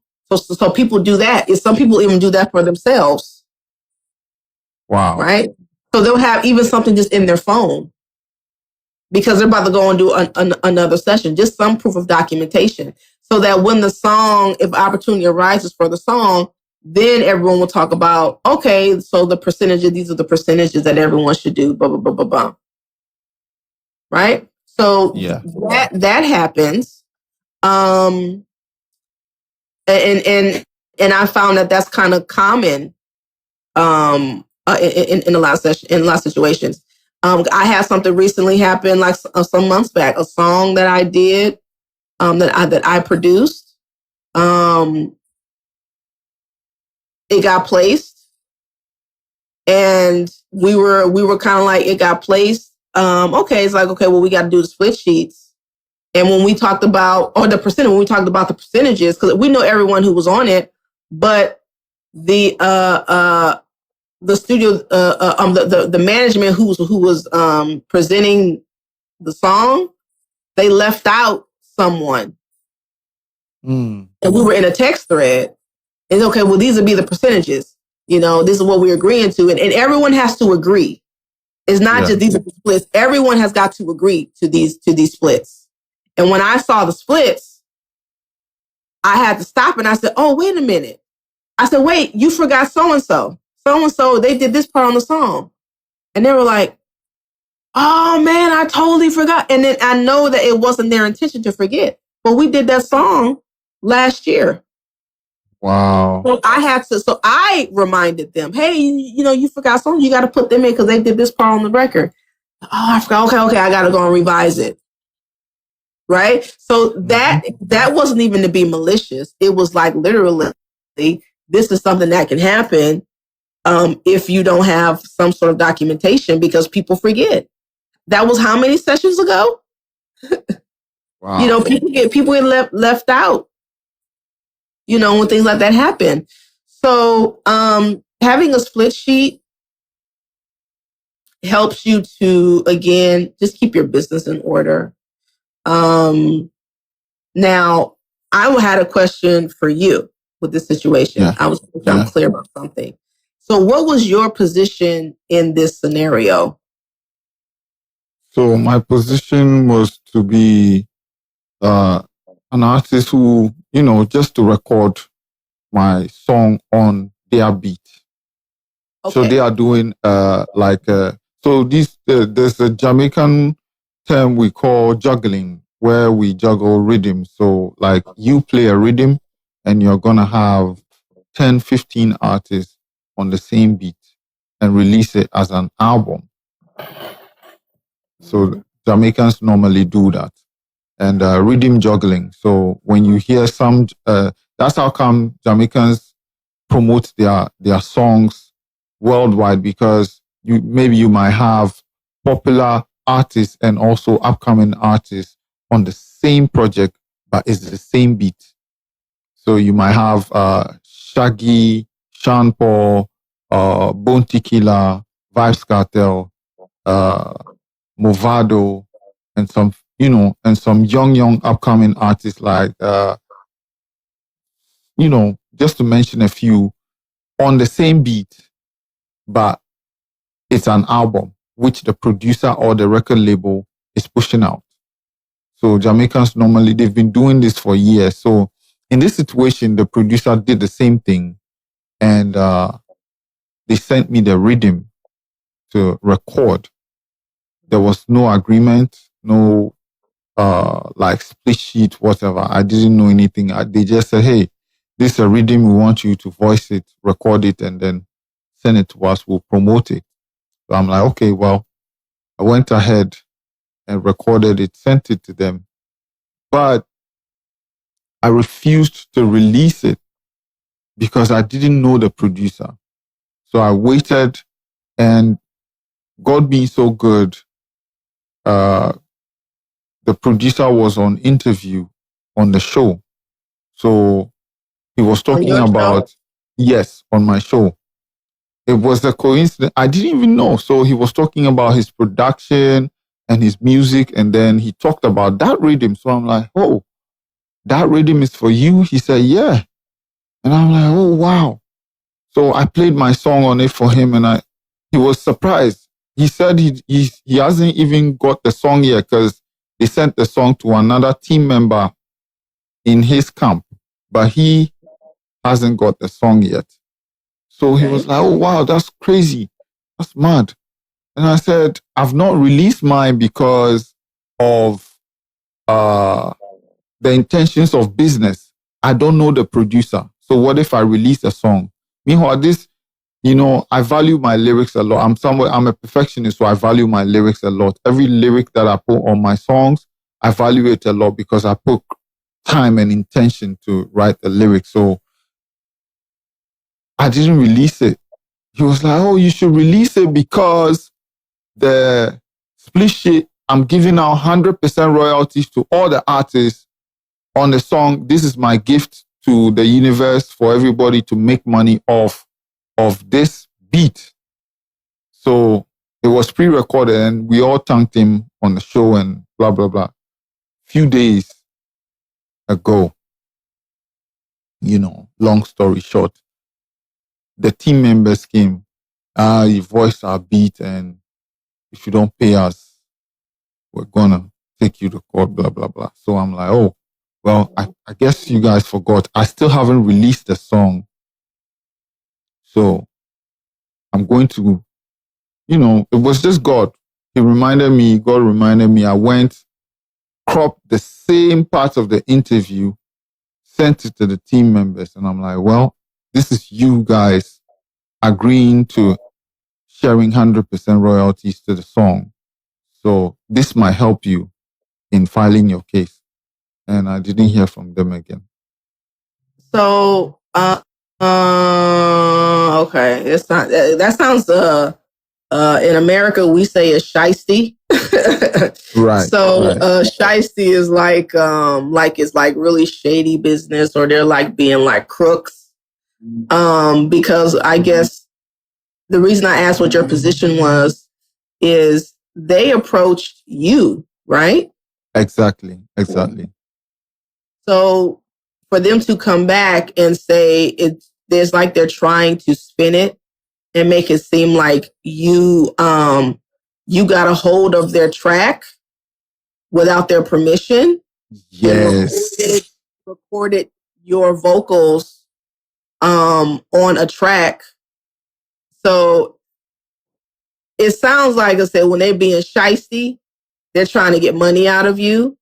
But Yes, it's because like, how can they get money out of you when they approached you and gave you the track? Because, right, it's not like one of those YouTube beats you go and download on YouTube. They have to hand it to you. They have to send it to you. It's an exclusive. You don't find it anywhere to download. Oh, well, that's where they messed up. They should have put it on YouTube first. They might have had a better case if they did that. But yeah, so that's shady, shiesty business. I would say, being that is your scenario, I would refer you back to my method. This is why this is a great example. That's why I asked the question, to learn from it, because the whole backstory of the whole situation is because I worked for one of their artists before, and I'm keeping it it's not necessary to mention names, because this is a professional platform. So I worked for one of their artists, and most of the projects that I did, there was no split sheet. I worked intentionally, basically for free. I played the beat, produced the songs for free. You get my point? Just out of love, because the artist is good. But we never agreed on any split sheet. So it was something that happened, and then they came back and said, well, blah, blah, blah, blah, blah. So I said, well, I've worked for your artist before, and I never charged them anything. So why are you guys saying this? So then they said, well, okay, you also recorded on our beat, so pay us. I'm like, well, if I want to charge you for the work that I did for your artist, it will be a whole long story. So then they came, we'll take you to court, blah, blah, blah. And, so God reminded me, crop that thing, send it to them. And after I sent it, I didn't hear from them again. So I had to block everybody, you see. So that's why I intentionally asked, because from, being a good person sometimes hurts, you see, in the sense that you work out of love for somebody, and you know that, hey, I'm doing this for you out of love. But later on, you didn't know. I didn't know that I was doing business. I just, saw it as, okay, well, this is all good, and I want to support this artist. This artist is a great artist, and I want to support the artist.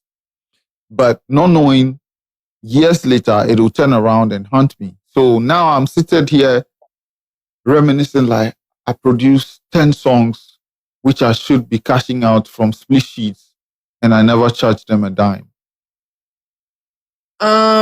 Yeah, I would refer you back to my method. Like exactly. I said, there's a traditional method, but my method is, before I work with you, you got to book a consultation with me, because I do understand, because it is still a business. And so when you're operating as a business, and this is why artists have to think this way, you have to see yourself as a business. You still have to go out and get clients. If you're an entrepreneur, you're going out and you're looking for a new client, right? Because it's not going to be the same people that's going to be supporting your business. It's going to be some stranger, right? Yes.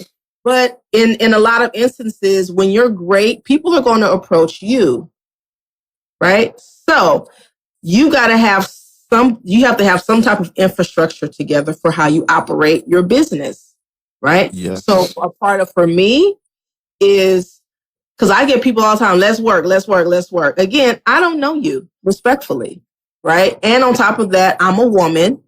So as a woman, I always think about my safety first, period. So I'm like, you got to book a consultation, a virtual consultation with me, virtually. So I have a setup. I have my infrastructure where I have my digital calendar. I have my Calendly. I have a digital calendar. I'm like, this is my availability, because you're coming to me. So you have got to book this is the time I'm available, and you've got to book with me, right? And then based off of our interaction, I can decide on whether I want to further go into business with you. Now, I would say, like with you, same scenario. Feel the people out. Don't be so quick to, even if you work with someone in the past before, you don't know these other individuals. So even if you have some sort of, even it could just be a one pager. It doesn't have to be 15 pages of a contract. It can be a one pager defining the work that you are providing. I would say charge some type of fee because, again, like you said, when you're kind, and business is a shark-like business. That's another thing. I'm telling you. It's a shark-like business.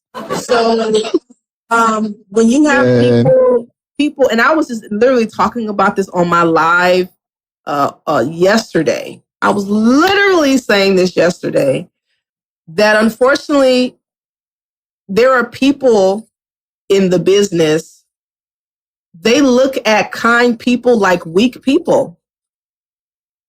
Man, story of my life, man. And I know that that's something that I've had to work on just for myself, because I'm a genuinely very kind person. I'm a very giving person.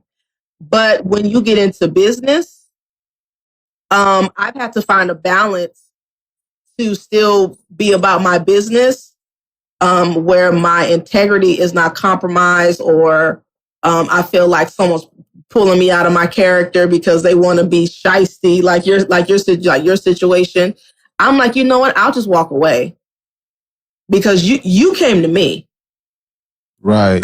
I don't need you. I was in a situation where I had someone who they were very, very, very intimidated by my accolades. And it wasn't like I didn't promote or nothing. They looked me up on the spot and they immediately felt small. So in that moment, they felt the need to try and flip it and make it be like I need them. What? But they came to me and they were like, oh, I need you on my team. I need you on my team. Let me call so-and-so. And I'm just like, I did not ask for any of this. I didn't. Right. So again, even in that moment, I just was quiet and I said, it was a pleasure meeting you. I have to go, because I have a process. You got to book a consultation with me. I don't care who you call. I don't care who you know. I have a way that I do business. And when you see the people who respond properly, because especially if you know that your structure works and you get results from your structure. Yeah. And then you see the people who respond accordingly, and this structure keeps you sane and your business in order where things aren't chaotic. You're going to be like, you know what? I'm going to stick to this structure because this structure keeps out a lot of mess. It just, everything runs smoothly, et cetera, et cetera. So when you have people who they don't want to abide by that structure, which is a simple business model structure to go through with me, to work with me. This is a standard model. Right. If you don't want to abide by that standard model, that doesn't say anything about me. That says a lot about you. Exactly. That already gives me a read on you. It gives me a read that you can't follow instructions. You're probably really bossy. You're not a team player or any of those things. Right? Mm-hmm. So why would I want to go into business with someone who can't even follow something simple like just booking a consultation with me? You can't even follow that.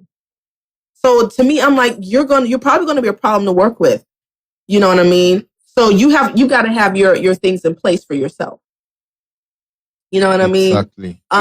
So even like having just a one pager for people who are new, but okay, well, before I do anything, I need you to look at my agreement and sign my agreement. These are my terms if you would like me to work with you. And people who I ain't gotta sign, it's not even that big. Okay, well then peace and respect to you, but That's how I conduct my business. And if that doesn't work for you, then I'm sorry. And just stand on that. You don't have to explain yourself, because what that does is that it shows you have value in yourself. If you were to put like a fee in, people who want to work with you, they'll pay your fee. Yes. If they want to work with you. If you come across people who are like, well, I'm not paying out, or so-and-so, they'll do it for free. They're telling you how they see you. People will treat you how they see you. Look at how they see you. They don't see any value in you. But you're like, well, I know I have value because I know what I'm dope at. I know I'm dope at this. I know I'm great at that. If you can't see that, then it's not meant for us to work together. It's not good for us to work together, because people will try and extract from you, especially if you're doing stuff for free. Yeah. But you have to balance. You have to balance for yourself. If you're choosing to, and again, you have to change your mentality, I think, as well. You have to stop looking at it like I'm doing it for free. Mm-hmm. Words mean a lot.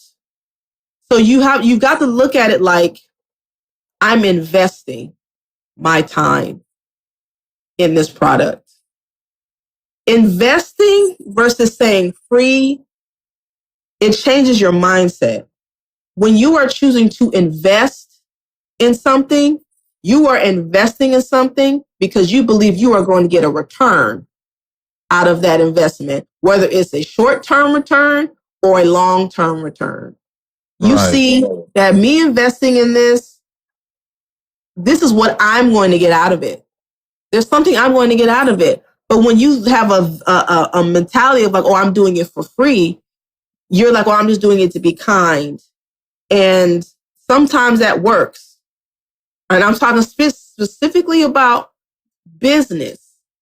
You know, I'm not speaking about like just doing a kind gesture for for someone or a stranger or a friend that you don't know. We're talking about business. Yeah. Because I would never tell anyone to not be kind. Don't because if that's a part of who you are, that's a part of who you are. Because that's how I am. And I've always wanted to be like, I don't ever want this music business to change the beautiful parts of who I am. Because I've seen it happen to so many people. I've seen people sell their souls to be in the music industry. And they're a wreck. They're, the beautiful parts that made them great or whatever, that's gone. Or they're in a place of stage of torment, right? For their own reasons. So I think it's important to your mindset is everything. So think of it like, okay, is this artist or this person or this project, do I want to invest my time in this? Because an investment means I'm going to get a return. And that's not being mean. That's not being shysty. It's just, and if you're working with someone who understands that term, then you're going to be on the same page, because they're going to understand they're investing their time, their energy, their labor into me or into what I'm doing. So they believe in what I'm doing.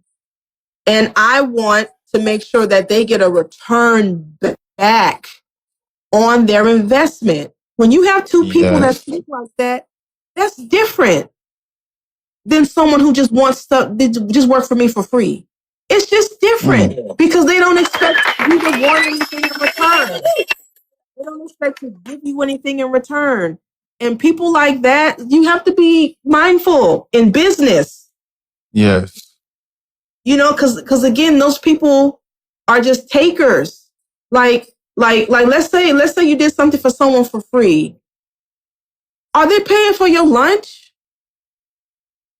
Are they paying for you for your parking? Are they paying for? What are they giving you anything? They just want you to just give everything for free. They're not giving you anything. They won't even buy you a drink. You up here thirsty and they going to buy their lunch. They're not offering you lunch. You ever think about those type of people? They don't believe in reciprocity. They're takers. And they're people who they thrive off of people who they will just sit and, oh my God, you're so-and-so. I'll just give. And they, you know, for however long I'll just give and they'll just take as long as you allow them to take. That's why I've always said, I don't like nobody that much. I've been around. Sometimes I forget the list of people in my phone that I know. I forget sometimes. I know this person. I know this person. But I'm like, I don't like nobody that much. I've been in all type of people's houses, millionaires, mansions, celebrities. I don't like nobody that much because people use their celebrity and they'll use their influence to get as much as they can sometimes out of people. And they like that. Yeah. So, and they know that they attract desperate people. They know that they attract people who, you know, will fall to the ground when they walk in the room. They know they're used to that type of treatment. So you've got to look at, if I'm doing something, if I'm investing, not doing it for free, you got to change your mentality. Yes. If I am because I had a situation a few weeks ago where a mutual of mine came to me with an idea. It's an idea that they're starting. So like anything, they pitched their idea to me. Okay, the mutual friend, we really cool. Like, you know, I like them as a person, you know, but they're coming to me about something that they want me to give my time to. So they pitched their idea to me. I listened to their idea. And it's like, yo, it's no pressure. You know, this is something I'm really passionate about, blah, blah, blah, blah, blah. And they said, you know, I understand that you're going to be donating your time. So when I heard the word, for me, word's the thing, when I heard donate, I said, words means something different. Because to me, I'm thinking about, how do you see me in this situation? Yes. And they may not even understand that they're doing this. So the part of me, the beautiful part of myself and my spirit, this is where I give my mutual grace. Because I don't believe that they even understand this, but I'm clocking it. They don't even know. I'm clocking it though. But I'm like, in this situation, you see me giving, and then you're like, you know, whatever we get out of it, we'll get something out of it. But what led to me having the interject with them is I said, I think what you're pitching to me, I think it's a great concept. I was like, I get people giving me ideas all the time that they want me to give my time to. I said, but I'm looking at this like an investor. Do you have something for me to see? Is your idea proven yet? And they said, well, it's in the making. I said, okay, so what you got to understand is that you want me to invest my time, my talents, my skills, and you don't have anything for me to see. If I want to invest in something, I've got to see it and be like, okay, this is worth me investing in. I can see how I can get a return out of this. That's not being mean. It's just it's being fair. Why would you want someone to do something for you and not want to give them a return back on what they're giving to you? You know, and I just think differently. I'm just like, if I have someone that's offering their time to me, I value that person's time. I value their time because they don't have to do that. People walk around here arrogant and feeling entitled, like people owe them something.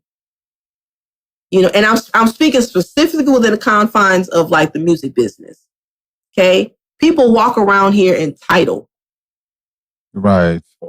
Okay. So I'm like, if I have someone that's investing in me, I want them to I want to bring them money. Yes. Because I'm really appreciative of what they're doing. I want to pay them something. Or, hey, you know what? I got your lunch today. Lunch is on me. You got to show something. Yes. You can't just be a taker. Right? So to safeguard yourself, you need to have something, a one-page document, something simple. It doesn't have to be complicated. We got ChatGPT now. Get on ChatGPT. Right. Go on ChatGPT. Tell ChatGPT, feed ChatGPT who you are and your resume. So ChatGPT can understand who you are and what value you bring. So tell them about your show. Tell them what you're doing. Tell them about the influence that you have. Start sharing your music with ChatGPT or whatever, and tell them that, I have an artist who wants to work with me. I need you to create a one-page document, very simple, for services that I'm offering and what I need in return. I want it to sound something like this, and then let them craft it for you. You revise it and you send it to whoever wants to work with you. That's the first thing. The second thing is for you. You got to change your mentality. Yes. Okay. You got to look at it like, is this worth me investing in? If I invest in this, am I going to get a return out of this?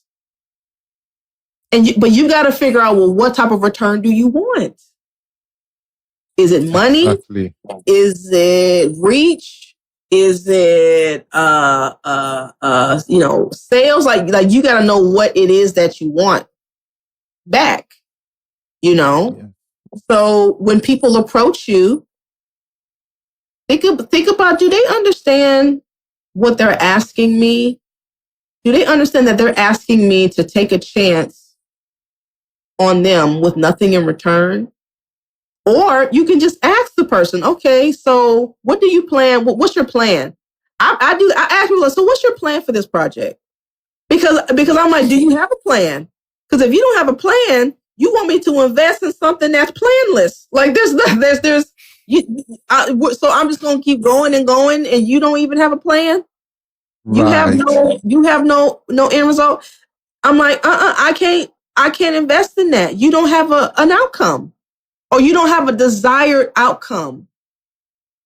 You know, what is that going to get me? You're just going to kind of keep me around.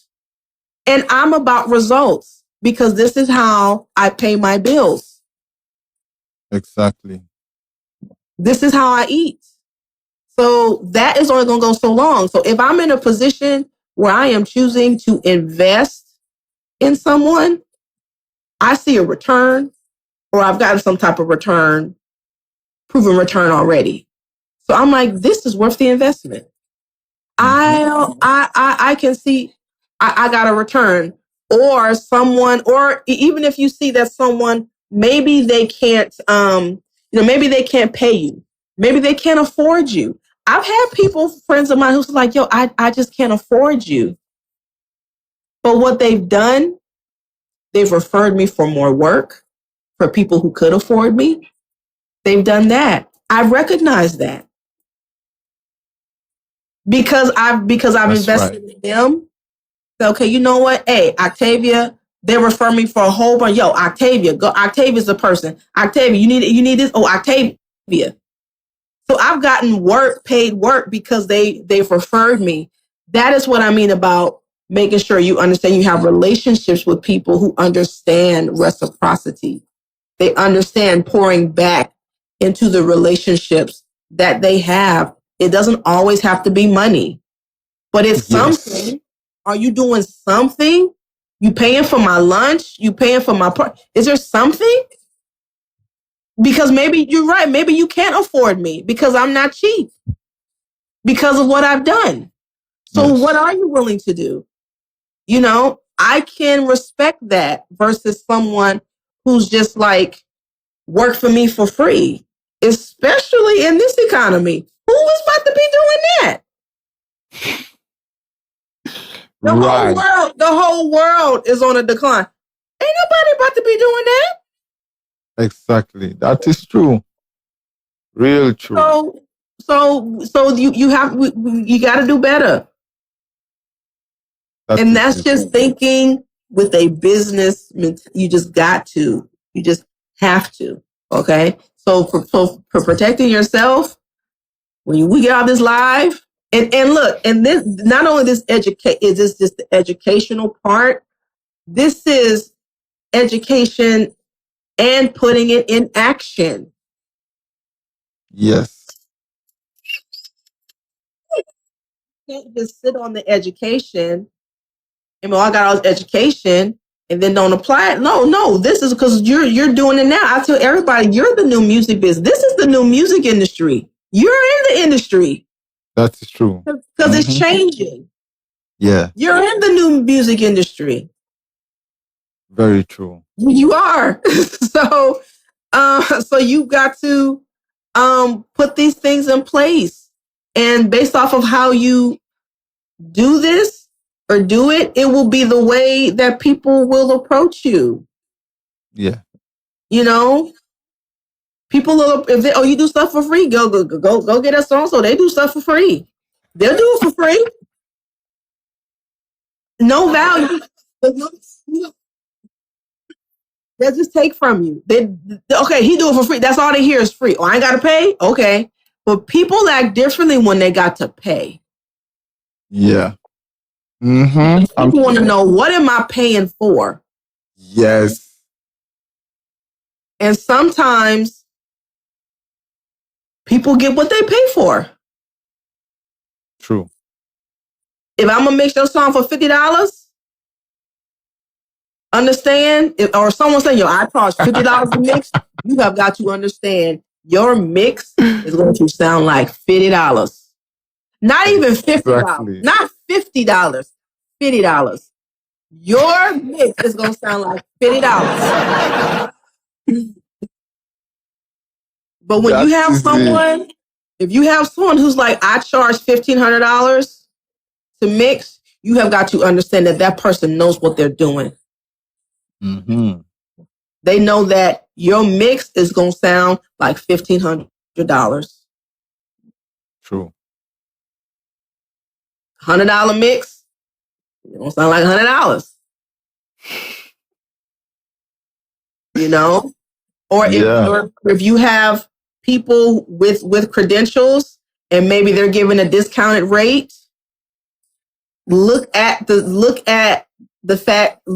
like they understand the market and they're trying to make a market for people who maybe can't really afford them. True. You know? So again, that's another long answer, you know, why you gotta have your splits and your paperwork in order. Your content. Thank you. I really needed that though. Yeah, I really needed that.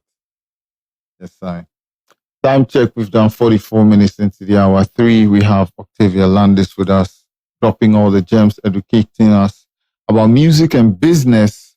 We've so far we've done ownership. We talked about PROs. We talked about investment and artist mentorship. I would like us to get into this side. Let's get into the master. What does it actually mean for an independent artist to own their master recording, and why is master ownership so important for the artist? Because your masters is how you're going to make the majority of your money. Yes. So many artists in the record industry, this is how they went broke, died broke. Because Clive Davis would own the masters. Or like all of our big stars, right? I think Whitney Houston died broke. Wow. Someone like her.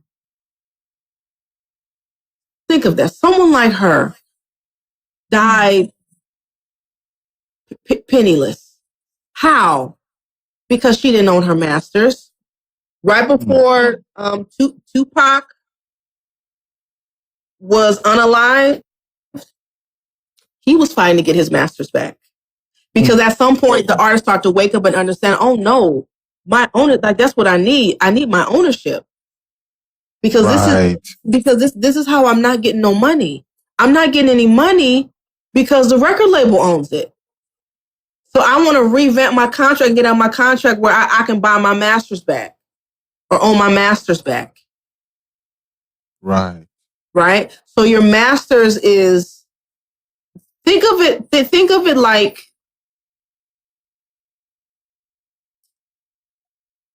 let's say you rented, let's say you went to the car dealership. The car dealership gave you a car. Not gave you a car. They leased you a car. Own to buy. You're paying them to use the car. Versus you outright just owning the car. You ain't got to pay nobody. The car is functioning in the way that it's supposed to function for you. It's getting you where you're supposed to go. It's getting you to more gigs, giving you the opportunity to make more money. When you don't own your masters, you are renting the car. Exactly.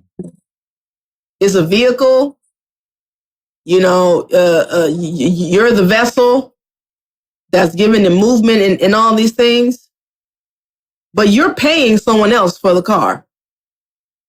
You're getting some value out of it, but you're not making any money. You're paying. When you own it, you can do whatever you want to do with it. You can rent the car out to someone else. Mm-hmm. You can sell the car if you wanted to at some point. You upside, you could sell it. Over time, there's you own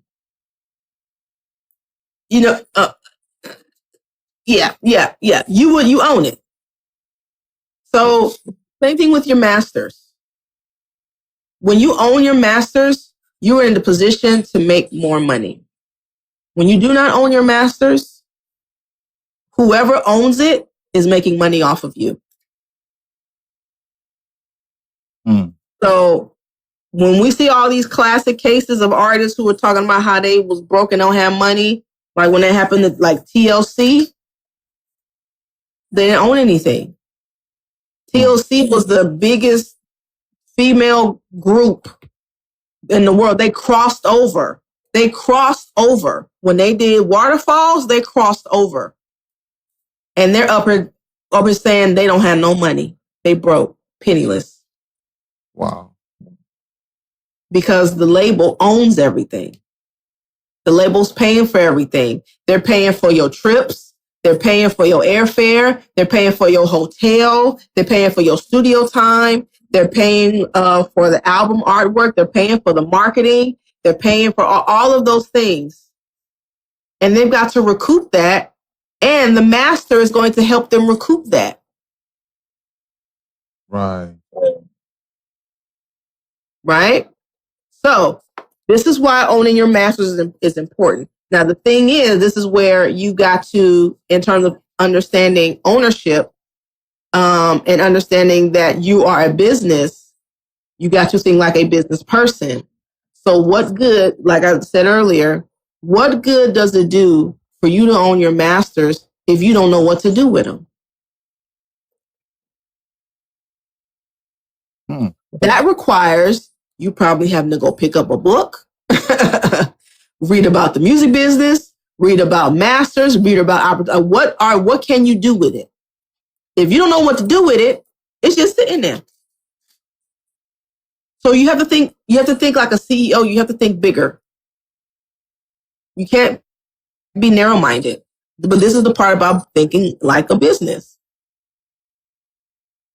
Wow. Versus someone who wants to just think like, oh, I'm going to just do music as a hobby.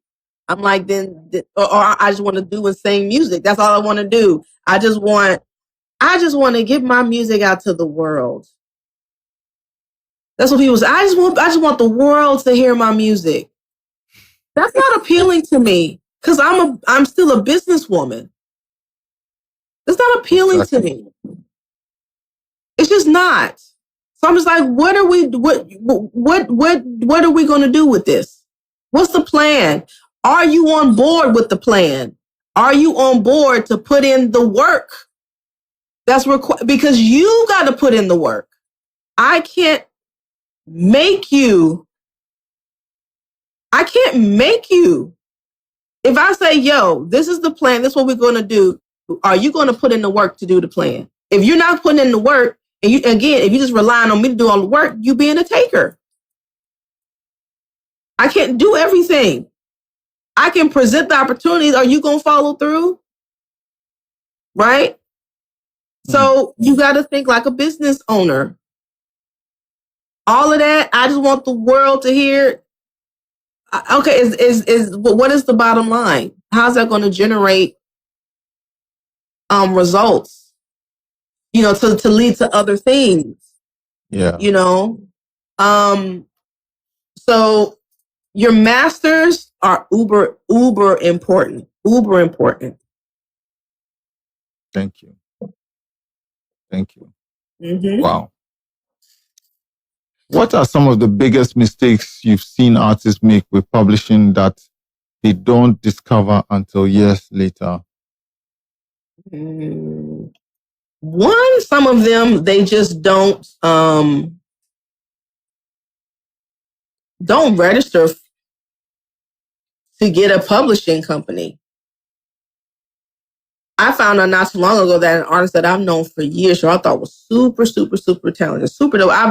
We've known each other for years.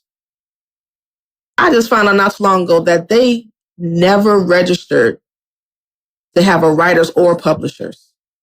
I'm like, are you kidding me? Are you joking? Why? Someone else that I know, another dope associate of mine, I found out that they don't have a publishing. I'm like, and they've worked with A-list artists. I'm just like, you're leaving money on the table. Not having a publishing company, that publishing is something you are entitled to when you create a song. It's your money. Publishing money is something that will be generated that you can pass down to your kids. You can pass that down generationally. So if you don't have a publishing company, you're leaving generational wealth on the table for someone else that's going to sit in a little black box and you'll never get it because you didn't register. You didn't register your music through your publishing. Right? So publishing in tandem with your master is super important. Not just the publishing, but publishing in tandem with your masters as well. All of it together generates the income that you can have, right? If you're willing to do the work to get your music out so people can generate these sources of income for you. Like it's kind of like that machine, right? So so a mistake that I see that artists make, they won't even go in, they don't even have one. That's the first thing. The second thing would be giving their publishing away.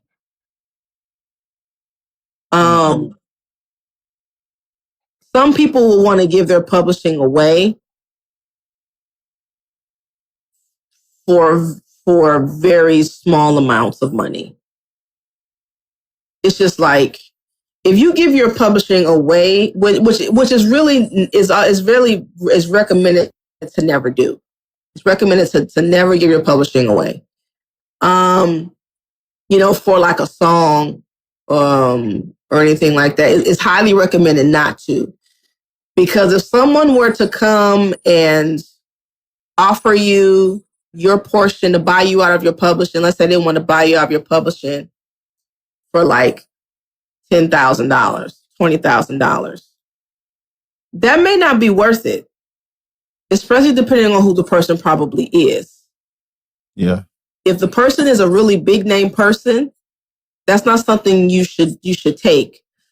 Because again, you got to think like an investor. Thinking like an investor, because when you work on something, thinking like an investor, let's step out of music for a second. Let's say it's like a painting. You do a painting. Over time, that painting gains value.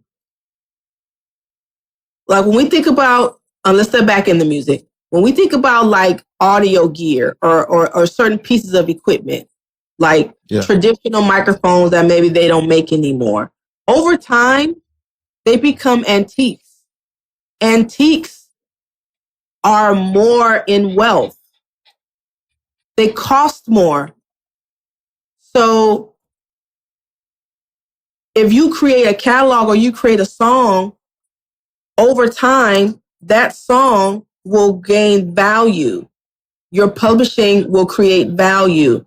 So thinking in the future, if someone were to say, I want to give you $10,000 for this song to buy you out, you got to understand, not only are you taking $10,000, but you're probably losing in the future.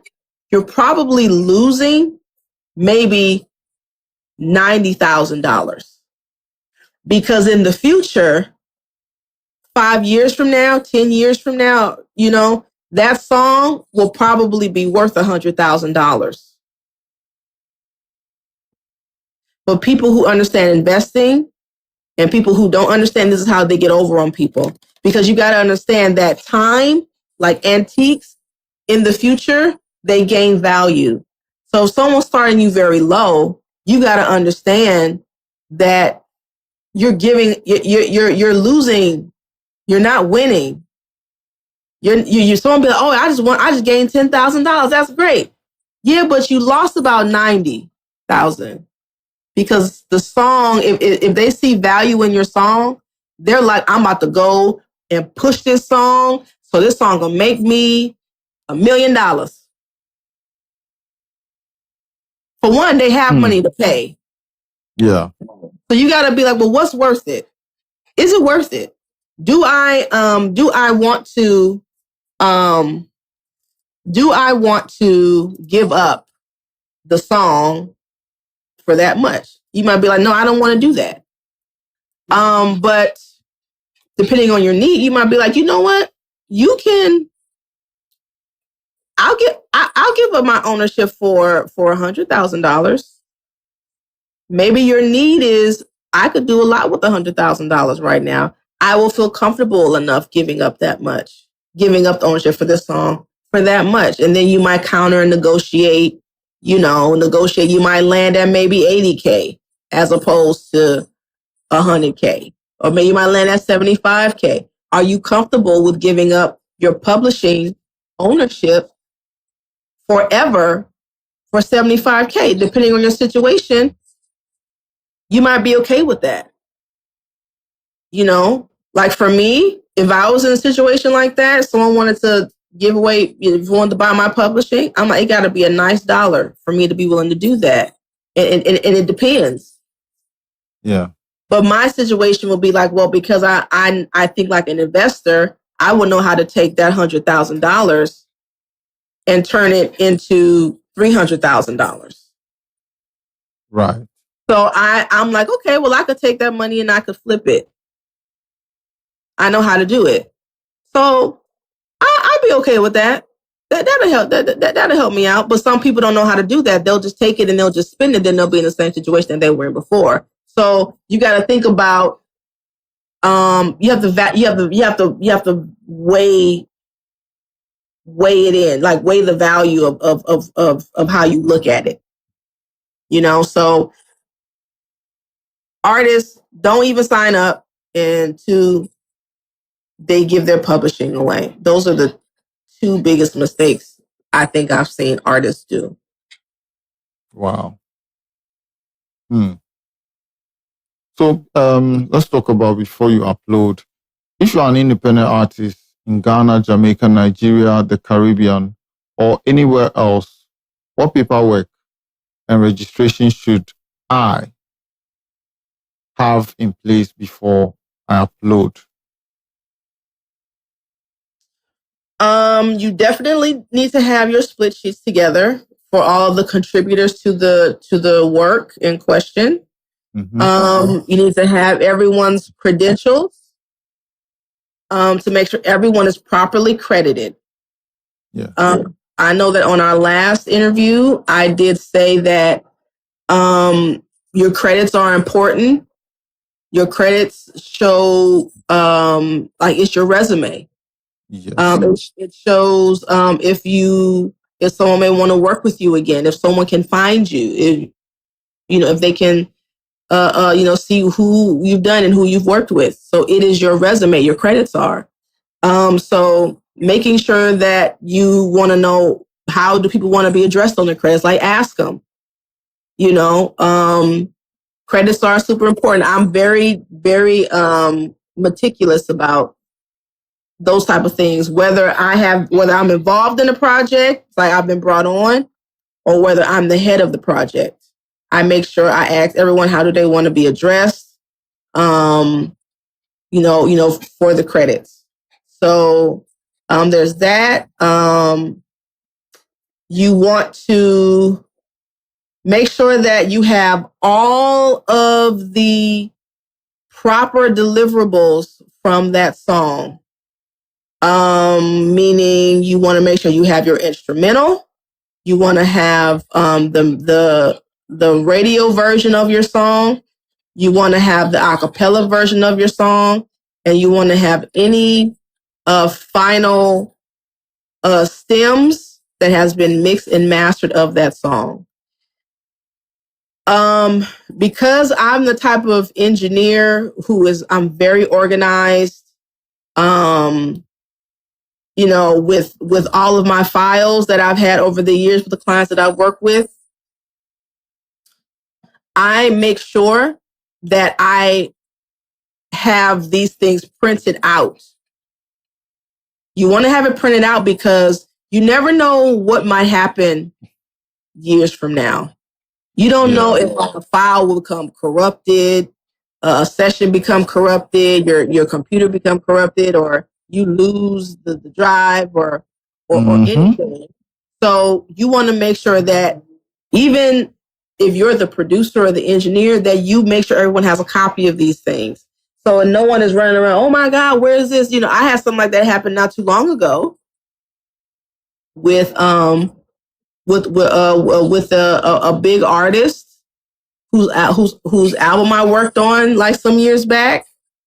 I haven't worked with them in a few years, but then they've gone and done other stuff.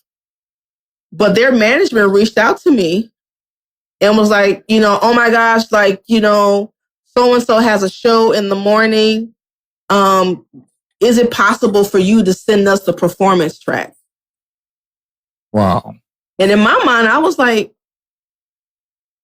okay. I'm like, yeah. Before I replied, I'm like, well, let me make sure I have it. Let me see. And as soon as I went to their folder and their file, boom, it was right there. I'm like, oh, it's right there.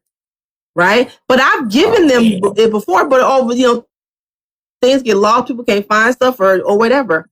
So you want to make sure that you to the best of your ability, make sure that they have these things, or you have these things. So your instrumental mix, your acapella mix, your radio mix, a performance mix. Another term that's called outside of your of calling of calling it a performance mix is calling it a TV mix. So TV mix means that you're performing it.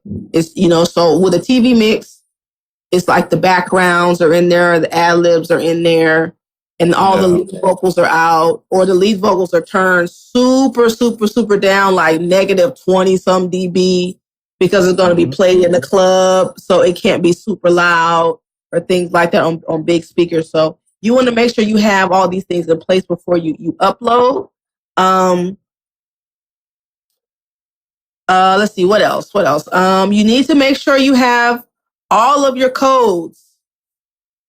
You need to have your ISRC code with the DSPs. Yes, they can generate your ISRC code for you, but what they are doing now, what I can understand through one of my industry peers, is that these DSPs, they are backdooring us. When they generate your ISRC code for you, they are taking a piece of your residuals off of your song, and then they pay you. Oh, I see. How much of a piece do they take? That is unknown. So you need to get your own ISRC codes, and you can do that off of, I think it's isrc.gov. You need to buy your own ISRC codes, and you can get 1,000 codes for $94. I see. So that when you upload your song, you already have your codes. No one's generating a code for you. So you get all your money. So then you assign the ISRC code. You get 1,000 codes. 1,000 codes, that'll last you 20 years, 30 years, Wow. You won't even have to, I don't need you to generate nothing for me. I got the code. You put it in. You assign the code. So then on all the other places, when you're, for your mechanical royalties or your performance royalties and all those things, all your codes, you just input it yourself. You input it. You generated it. Right? So you need to have that. You need to have the ISRC code. What's the other code? It's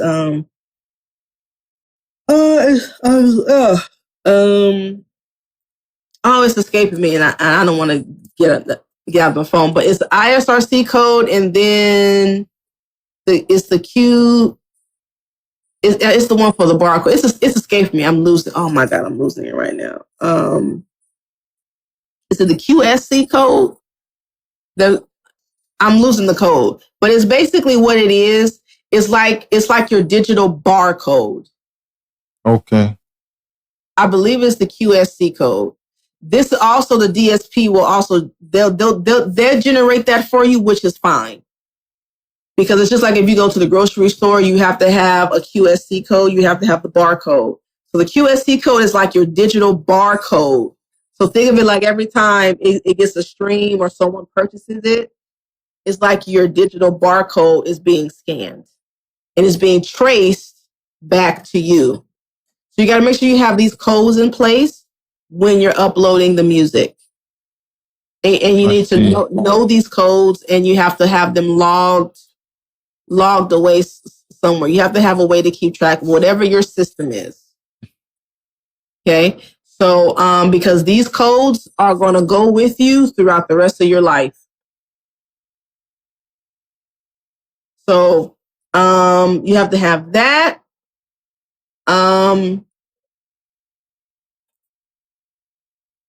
And I would say if there are any profiles that you use to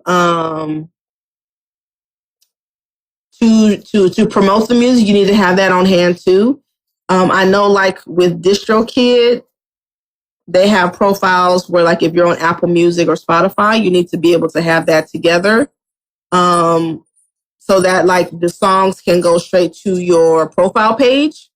If you are promoting it independently, like on Bandcamp or Even or something like that, you still need to have your social media handles and stuff in place for you to be able to, share your music or upload your music. Have your bios together. Who are you? A lot of artists, they don't. Again, you got to think like a business owner, like a business person. UPC code. Thank you. There it is. Thank you. Thank you so much for pulling that up. UPCEAN. UPC code. That is like your digital barcode. Yes. So like it says universal product code. I see. Yes. I've just found that. When you go to the grocery store, or if you go to any market or anything, and there's a code on like a sticker, and there's a code or like the barcode on the box, the UPC code, that is what that is for your music digitally. It is your digital barcode. Okay. So thank you because that's really important. I didn't want to lose that. What I would say, have your bio together. Have a bio. A lot of artists don't think they need bios. Why do people want to listen to your music? Who are you? People buy your merch or buy what you're selling because they feel like they know you. They feel like they can relate to you. So you need to put it out there who you are. So have a bio. If you're releasing music on Bandcamp or something like that, put your bio up there. I was just saying in my live last night, to artists, I was telling them about Bandcamp. I was like, on Bandcamp, that's direct to consumer. If you put your music up there, people will pay. They'll pay directly to buy your music without the middleman. So you can upload your music there, and without the middleman, people pay you directly. I see. Mm-hmm. So know how much you want to charge before you upload. How much do you want to charge? How much do you feel your product is worth? Oh, sorry guys, I'm moving here. How much do you want to charge? Do you want to charge $5? You want to do $10? Something else to also consider, something that is a new thing. There's a thing called pay what you want.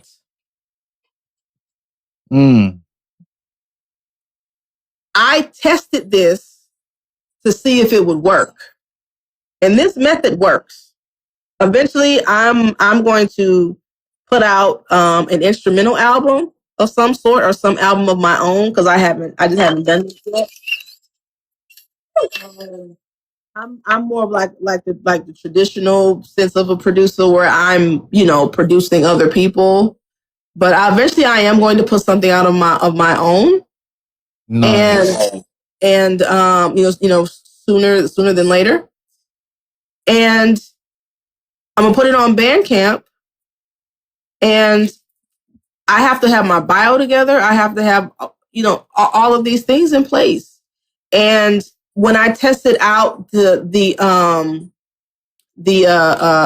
pay what you want with another artist, we made money. And it was like, don't put a price tag on it. You could put a minimum, but don't be like, this is the set price, because people will pay more. Right. Surprisingly, I was like, for an album, someone paid $50. You pay $50 for an album, but it's not the idea that they feel like they're paying for the album. They're paying to support the artist. They want to support you. So they look at it like, okay, here's $50 and I get the album. That's what they see. Or for what I previewed. Oh, this is what. Oh yeah, here's $50. Someone only give $100. Someone only give $20, $35, $15. Right? You still have the option there where they could pay the minimum, but you could pay what you want. They'd be like, oh man, I'm not fit to pay $1. I love you. I love you. Here's $80. That's more of the approach now. Right? So if you were to do just, okay, here's $10, then you're kind of limiting yourself, but you want to still be diverse in your approach. You can still maybe on this platform do the pay what you want. And then maybe on this platform, set a price, just be willing to just diversify. Don't lock yourself in just one way. You want to think about, okay, I'm going to test these out, and whichever one they're more successful, you lean more into that one. But make sure you have options. So you have the option, like option one, you upload it on Spotify or Apple Music or iTunes. Even iTunes, a lot of people be forgetting about iTunes. You have to purchase the song off iTunes. It's a purchase. Yeah. Yes, that's true. So you can maybe even push iTunes more. Here's the album for $10. That's your set. Boom, the marketplace. You got that marketplace, right? So people are they're gonna stream Apple Music and all that for free. That's already on their phone, so they're gonna stream that. So that's already out there. Then you could go, okay, let me put it on Bandcamp. Let me do pay what you want on Bandcamp. Okay. Then maybe you upload it somewhere else. Maybe on a different site that the DSPs offer. You'd be like, okay, now here or on your website. Maybe on your website. Okay, on my website, now you could buy it here for $5 or $10. Or you could set the price there because you already have it at $10 on iTunes. You got it for, if you go to my website, you can get it at a discounted rate for $5 or whatever. And for coming to my website, you'll get this song for free, or you'll get whatever. Right? So you want to be able to diversify different places where you can make money off your art, and for people to just support your art. That's very good. I recently found an app. I think it's called Unidentified, something about that sort. It allows you to upload.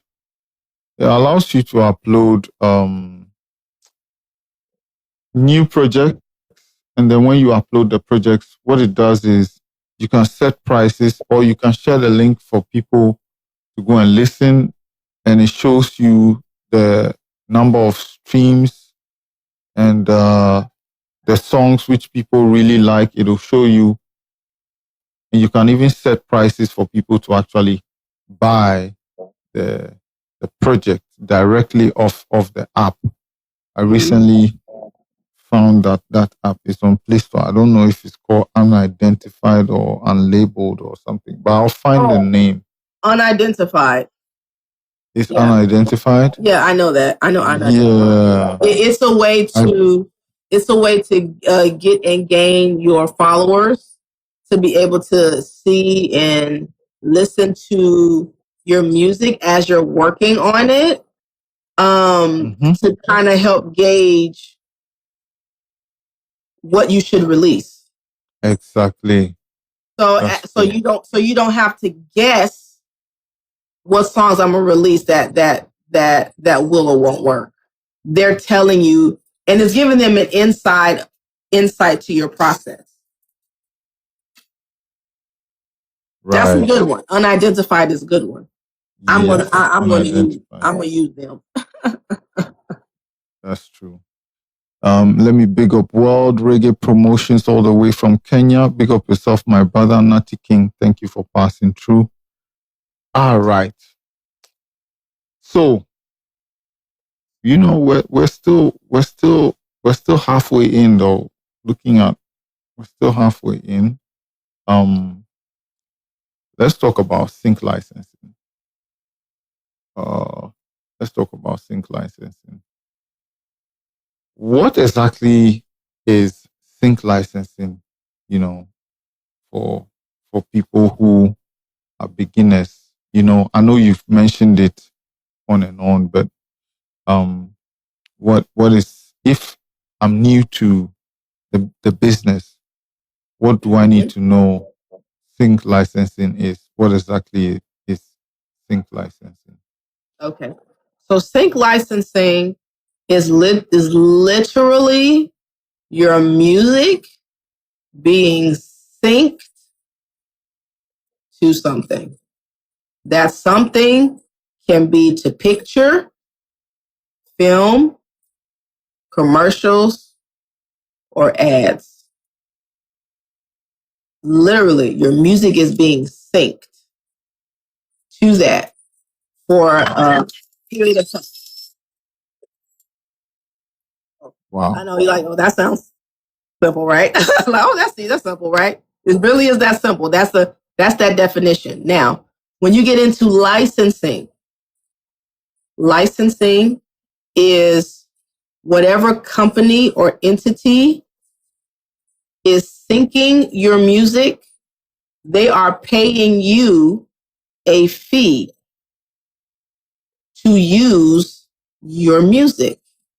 That fee is basically they are licensing your product to use it.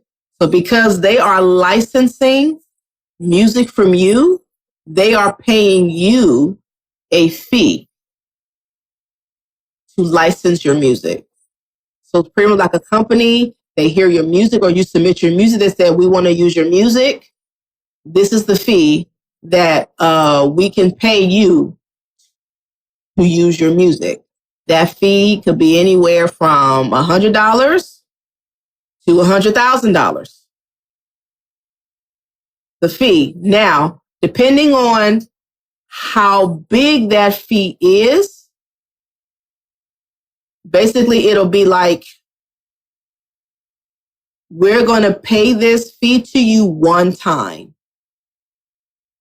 So if it's like $50,000, it's like, this is for one-time use, and we can use it forever for $50,000 or $100,000. If the prices might get around like maybe $2,500, sometimes it's still like forever. It's called perpetuity. That's the term. Okay. If the prices start to get around like $100, $200, $300, something like that, then it's like, okay, we can license. We want to license your song for a year, or we want to license it for 2 years or 3 years or something like that. After that term is over, then if they want to use it again, they've got to come to you and they got to pay it again. So then the licensing term is for a period of time. The period of time, they'll say it'll be for 2 or 3 years, etc., or they'll say it's in perpetuity. Perpetuity means they pay you this one time and they don't have to pay you no more. They can use the song for as much as they want. So, in the sync business, sync licensing, that's pretty much what it is. Sync licensing, that business, because I'm in the sync. I like to tell everybody I'm still fairly new to sync licensing, but they're a lot more strict on the paperwork side. I see. Way more strict. Because if something goes wrong, then the music supervisor, they're going to be held liable and they could get sued and all those other things. So they're very much to the T about making sure that your paperwork is in order. If some of your paperwork is not in order and you submit it to them, they'll just block you. They're like, no, because you're a liability to me, basically. Wow. So in a nutshell, that's sync licensing. You get your music on TV, film, ads, and whoever picks it up, you get paid a fee. And on top of that, because if the song gets placed, because you have all your paperwork in order, you still get all of the other royalties we talked about earlier. You still get your mechanicals. You still get your performance royalties. You still get your royalties from the master recording. So you get all of that in conjunction with getting with the sync agency or studio paying you a licensing fee as for permission to use your song. So you agree to those terms. Sometimes those terms are negotiable. Sometimes you can negotiate the fee, but you would generally have like your sync agent negotiate the fee for you. So sometimes you'll do that if it's in there. But those deals also move really fast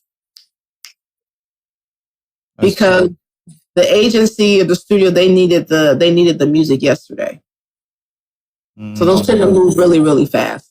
In a nutshell, that's pretty much sync licensing. Okay. Thank you. That's very understandable. Very, very understandable. Now, I would like to know, looking at artists, independent artists without labels from Africa, Caribbean, and other third world countries who don't have labels. Can they get their songs synced by these big corporations like Netflix and all that? And also, what makes their song or what makes that song or that particular song syncable? What would make that song syncable from an independent artist without a label for Netflix or CNN or maybe any big corporation to consider, hey, we like your song and we want to place your song on our network? Well, I'll be able to answer some of that question only because I'm not like in the territories of like Africa, Ghana, like internationally. So I'm not in your position, right? Yes. So yes. I haven't done all of the research to know what would be required. Yes. Like for you yourself Yeah. to get the reach there. Exactly. The way that I would understand the way to possibly do it for you would be to connect with someone in the States who is already in sync, doing sync, and you get, you're basically, working together, and the person in the States is submitting the music because all the companies are here. Okay. So because all the companies are here and you have someone in the States who's working with you, and you make sure you have all of your things in order on your end, the paperwork end. But again, like I said, I'm not 1,000% sure on like does certain mechanic like what companies reach you internationally. I know what was here in the States, but it'll be like, well, what companies represent you in Ghana? You would have to register with those companies, like whatever company represents you for mechanical, for your mechanicals, whatever company represents you for your publishing. To register your masters, to be registered there. How does that transfer over to where you are? I don't know the specifics for that. You would have to get in touch, or someone who's very, very well versed on that. I really don't have an answer for that portion. But in terms of how to get your music, to me, that's not hard. You got to collaborate with someone in the States who does sync, and then because whoever's in sync in the States is always pitching, or we're a part of the libraries. We just got to make sure we have all of your credentials, right? Your artist name, your pro information, your IPI number and information, because that's just making sure if you're registered, then that's great, right? So the second part, what makes a song syncable? Yes. Let me see. I'm trying to see how to describe it in a short form, because it is a different structure. It is different. It's not the same. Okay. It's similar. It's similar to how we still do songs now, but there's something very specific that the sync agencies do look for.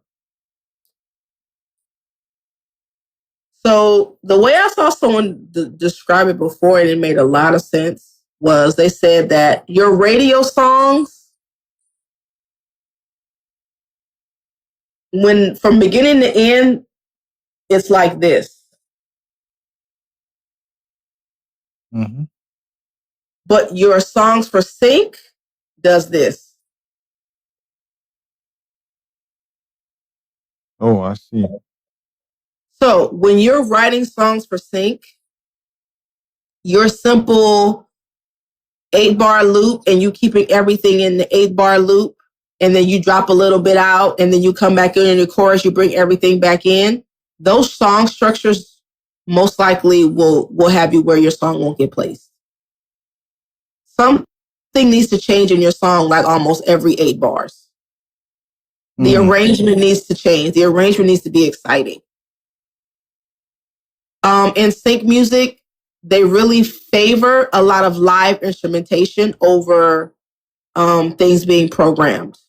So if you're a musician, or if you're someone who knows how to get a hold of musicians, your music for sync will most likely get placed, because you know how to do how to get those things. They favor those as opposed to loops or splice. Like they're frowned upon that, because it's too easily accessible to everyone else. So if it's the same part being used in another show, that's going to cause a problem for the music supervisors and for the network. So that's why they don't want you to use loops, because people pass around loops. That's true. So they want originality. In sync for songs, you got to know certain terminology. So you got to know like what a sting is. Some networks will be like, in the song, this is what we need in the song. It needs to be this amount of time. It needs to have sting in it. This is the mood, and this is what the song has to talk about.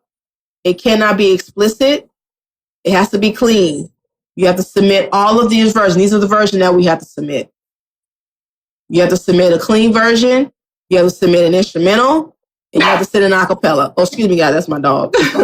Yes, I. So 34 minutes into the hour 4, right here in the morning, we are delving into some serious music business with Superwoman Octavia Landix, Grammy-nominated engineer, producer, and entrepreneur. She's actually educating us on a lot of things that we need to know about.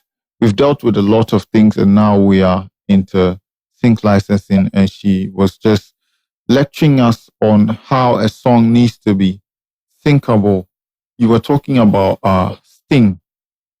Yes. So a sting is a term that you need to understand and know. Okay, so that's terminology. I'm not going to get into describing it, but you need to understand things like sync. You need to understand what a 30-second cut down is, 60-second, 90-second. So after you've built out the structure of your song, the network, sometimes they may want a 30-second cut down, a 60-second cut down, and a 90-second cut down. So you have to modify the best pieces of your song to submit. This is not all the time. They may not request this all the time, but when they need it, they're very specific about it. Wow. Okay. You have to have transitions in your song. So a transition is there needs to be a moment, like if you watch like a network show where they're playing music and they're about to transition to another scene, then your music needs to have a portion where like your music drops out and fades off before the next scene comes. But you have to make it where in your song it's already set up that way. So you have to have room because the people who are in post-production, they don't have time to edit and arrange your song. So like, let's say like before, like, let's say you do your verse and then you do your pre-chorus and right before your pre-chorus come in for 2 bars, right before it comes in, the music drops out and it's like a rise that's happening. That's all that's happening. And then your music drops back in. Those type of things will have music supervisors looking to license your music because it says that it shows that you understand sync structure. And so when you're making your song, if you want to get into sync, this is just a good habit to start doing in all of your songs. Just start putting this structure in there. And then you can have another version where you have, this is your full version, but then you have another version where you put a sting at the end of it. Because maybe you want to release the song, but you don't want to have the sting at the end of it. Right? So then you'll have a version with the sting. You'll have a version that you're going to release. Then you have a version, your instrumental version. You have your acapella version. You have all your different versions for you to release. So I really encourage people like to go like on YouTube and like just study and understand, or find a channel with someone who specifically talks about sync, and just watch their content and just come to understand how to make syncable songs. Wow. My mind is all over the place now. Okay, now. Sync is it's a different kind of beast. Like if you understand how to structure songs, like you're in a good place, but now you got to kind of understand this way. That's it. And when you do it, like it you just got to retrain your brain. It's just putting something else in your arsenal. That's really it. But I know that when I started learning about sync, I learned in the pandemic because I was like, oh, well, I got time. Like I'm just, I got all this time. So well, let me try it. Let me just sit and learn it. And so you literally are learning new skills with a foundation that you already have in place. That's the best way to put it. You already have the foundation. It's just like, okay, so I have to do this way or learn this for this sector of the music industry. So it's good to have because that is where things are headed currently. Sync has always been around, but I think that the new structuring that's happening with the music business is going to heavily heavily involve production and film studios. I think it's being really quietly kept right now, but I think there's signs that's pointing to Netflix is probably going to start a record label. Netflix is into TV and television and film. Yeah. Well, I think they're going to start a record label, a division of a record label. And then eventually, probably Amazon Studios will follow suit.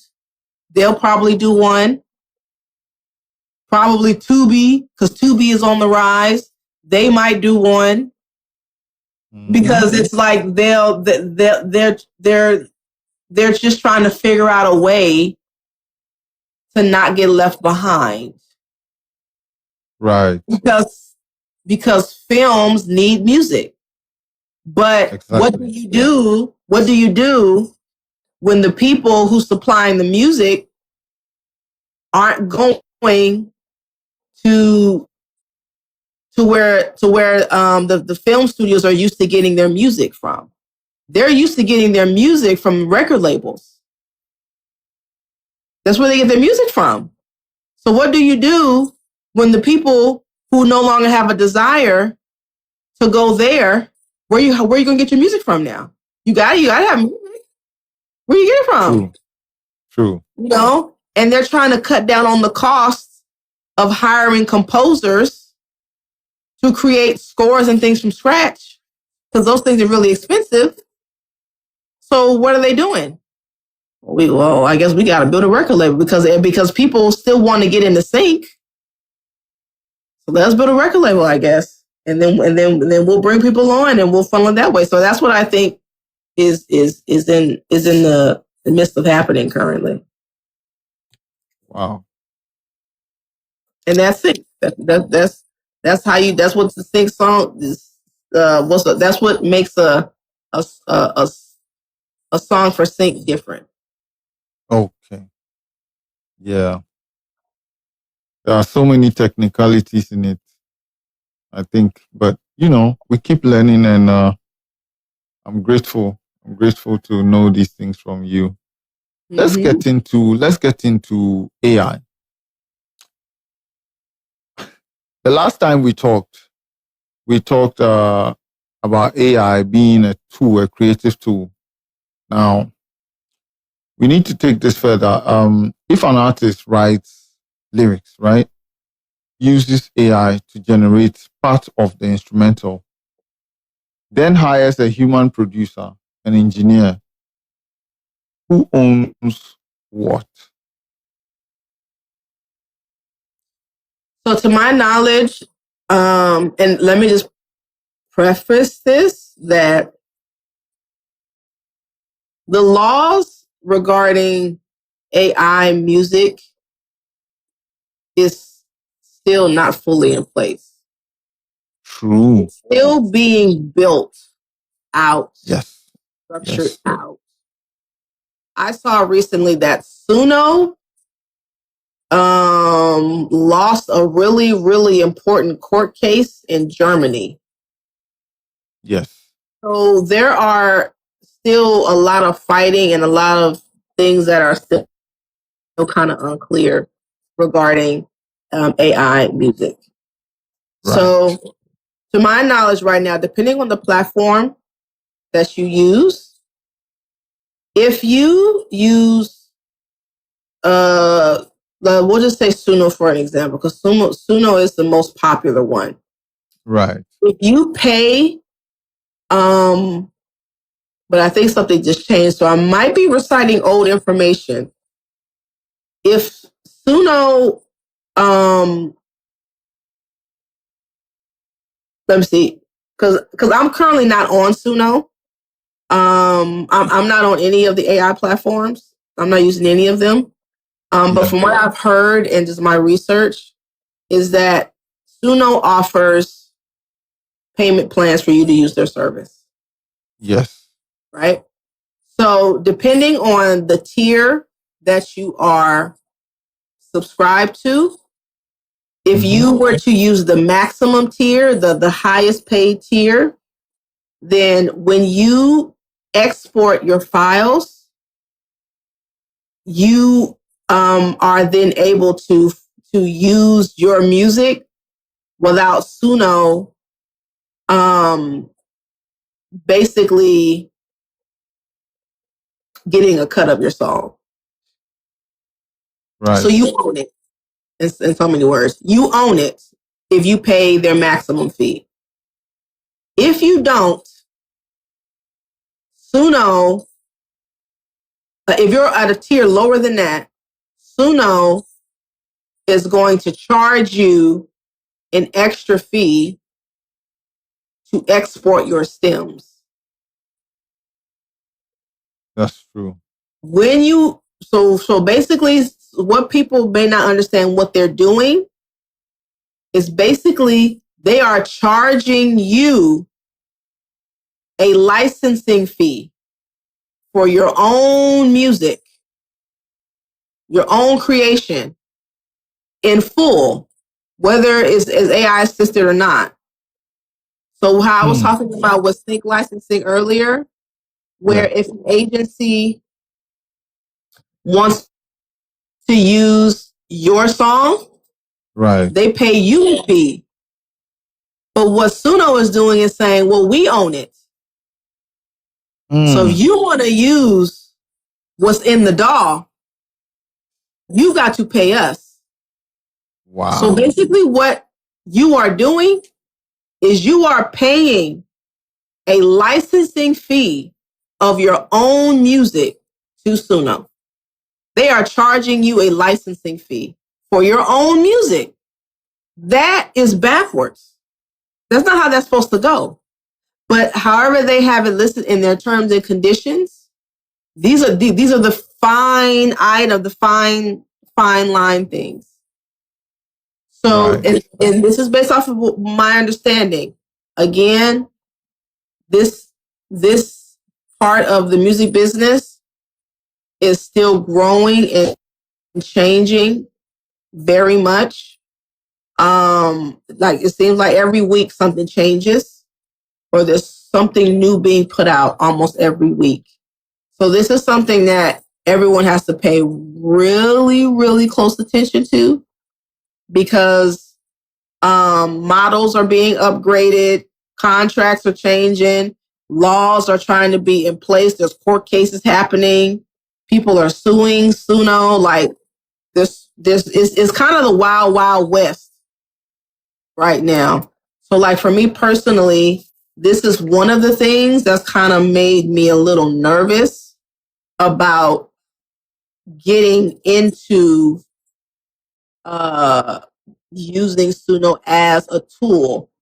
I still do, I still am very much, on the side of what I feel people who are using the platforms, the upsides of what it's doing for the art of music and the music that's being put out.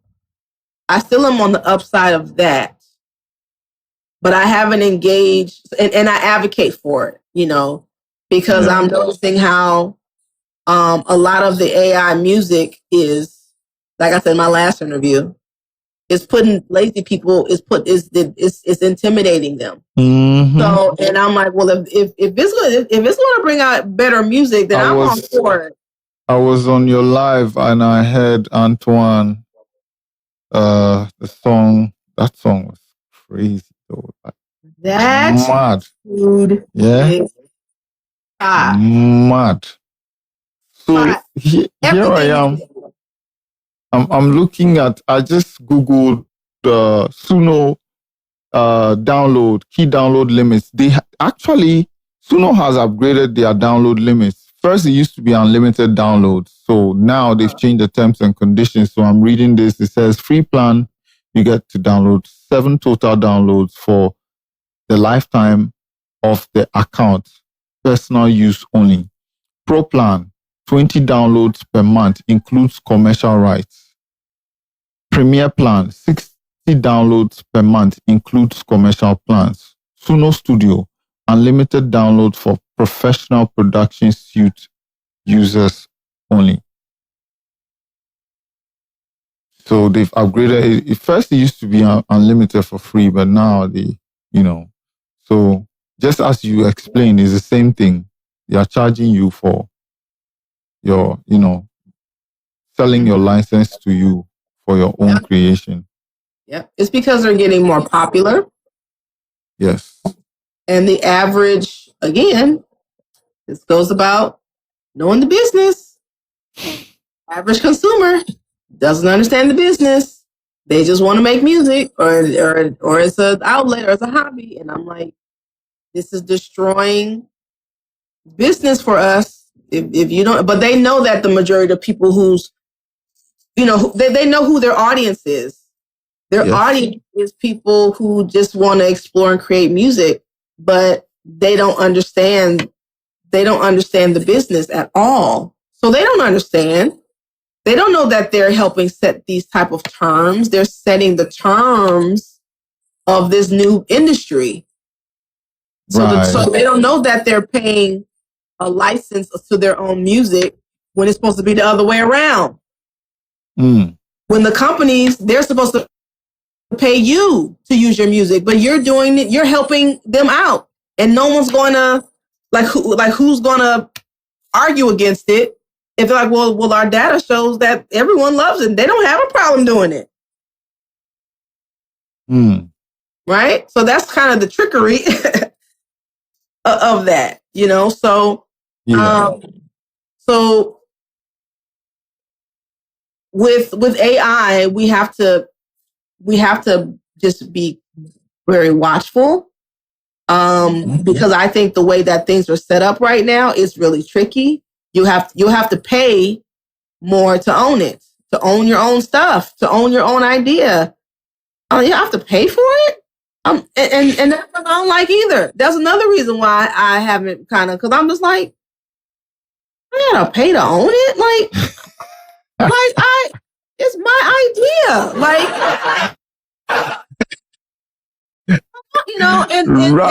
And that has to deal with just kind of the things have to make sense for me. I'm a very logical individual. So I'll question something in my mind 20 times before I commit. I'm like, does that make sense? And to me, every time I kind of run the scenario through my head, because I have people ask me all the time, well, you should do some stuff, with how you do stuff in AI, you should do something like that. And every time I run a scenario through my mind, I'm just like, it just doesn't make sense. I don't understand why I've got to pay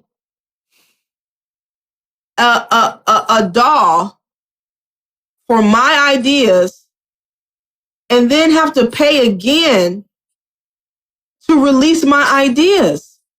That is me giving you a licensing fee for my creation. Even though you assisted, because I'm not the type of creator where I'm gonna just let the machine do everything. I'm just not, even if I use loops, I'm chopping them up or flipping them or adding my thing to them. I almost never take it as is. I'm doing something to make it my own all the time. Yes. So in my mind, I just can't, it just doesn't make sense for me to pay my money. I'm paying my money. And then it's almost like I'm really going to be losing money in the end. And that's kind of the conservative part of me. I'm a conservative type of woman. So I'm just like, it just doesn't make sense to me. I know it's popular. And again, I advocate for those who are doing it because I'm like, some of y'all are, like I said, I love on my live yesterday, what I was hearing, I was like, this is why I'm saying that some of y'all are probably going to save the creative structure of yes, some of the songs that I was listening to that you played, those, man. They were crazy. But the one that stuck with me was Mr. Antoine. Antoine did his thing with that record. That's fire. Antoine, but there are so many other people too. But his music was so nostalgic for me because the era that he was playing, that's the era that I studied very much growing up, starting doing music. That's what I studied. Like when I said study, like meaning like I literally would be in my room for hours playing the chords, reprogramming the kick drums, figuring out the bass sound, replaying the bass. Like I was picking apart songs like that. So when he played it, that's why I was going crazy. I was like, oh my God. I was like, I just hear everything in my mind. I'm just picking it apart as it's playing. So it really triggered a very nostalgic place for me, like just for me. But it was insanely amazing. And I'm like, this is what I'm talking about. This excites me because, like I said on our last live, who is out there to be studied? What artists are, you know what I mean? Like when I was like, I remember you told me personally, like you studied DMX. You had someone that you wanted to study. As a producer, I'm like, who am I studying? Who, you know, but I'm also, but again, I'm also kind of working on my perspective too, because I'm coming to a realization. I'm just being transparent right now. I'm coming to a realization about where I am in the industry. I'm in a place of space right now where people want to study me. But I'm the type of person where I think about the type of person where I've always just been looking for how I can get better, because I believe in mentorship, right? But a realization that I'm coming to, I'm like, no, girl, people want to study you. And I actually got a word from someone who I met they actually told me that a school in Chicago was studying me. The school is not in existence anymore, but it was extended. She met a student at this school, and it was a school founded by Nelly. And she said that they had a class on me where they studied me. So she said that this person said, yeah, Octavia Landix, they don't know who I am, but I know who she is. And it blew I said, are you for real? And I'm like, I didn't, like, are you serious? like they studied they had a class on me, you know? But she said that the school is not in existence anymore. But she was like, why? She's like, they never reached out to you. I'm like, girl, I don't know nothing about this. You're saying you met Sheila. I met someone who was a student at this school, and they said that they had to study you. They studied you. So that was a big revelation for me. I'm like, wow. So, but I'm still just putting it out there. Even for the artists who are coming up, who's out there for y'all to study? And I'm like, I don't think there really is too much. I can name a few people, but even they're still kind of, they're adjusting to this new industry. You know, if I were to say, like, in terms of singers, I would say maybe like, I would say Kehlani. I would put Inayah out there. In terms of like, you know, for you guys to study. In terms of rappers,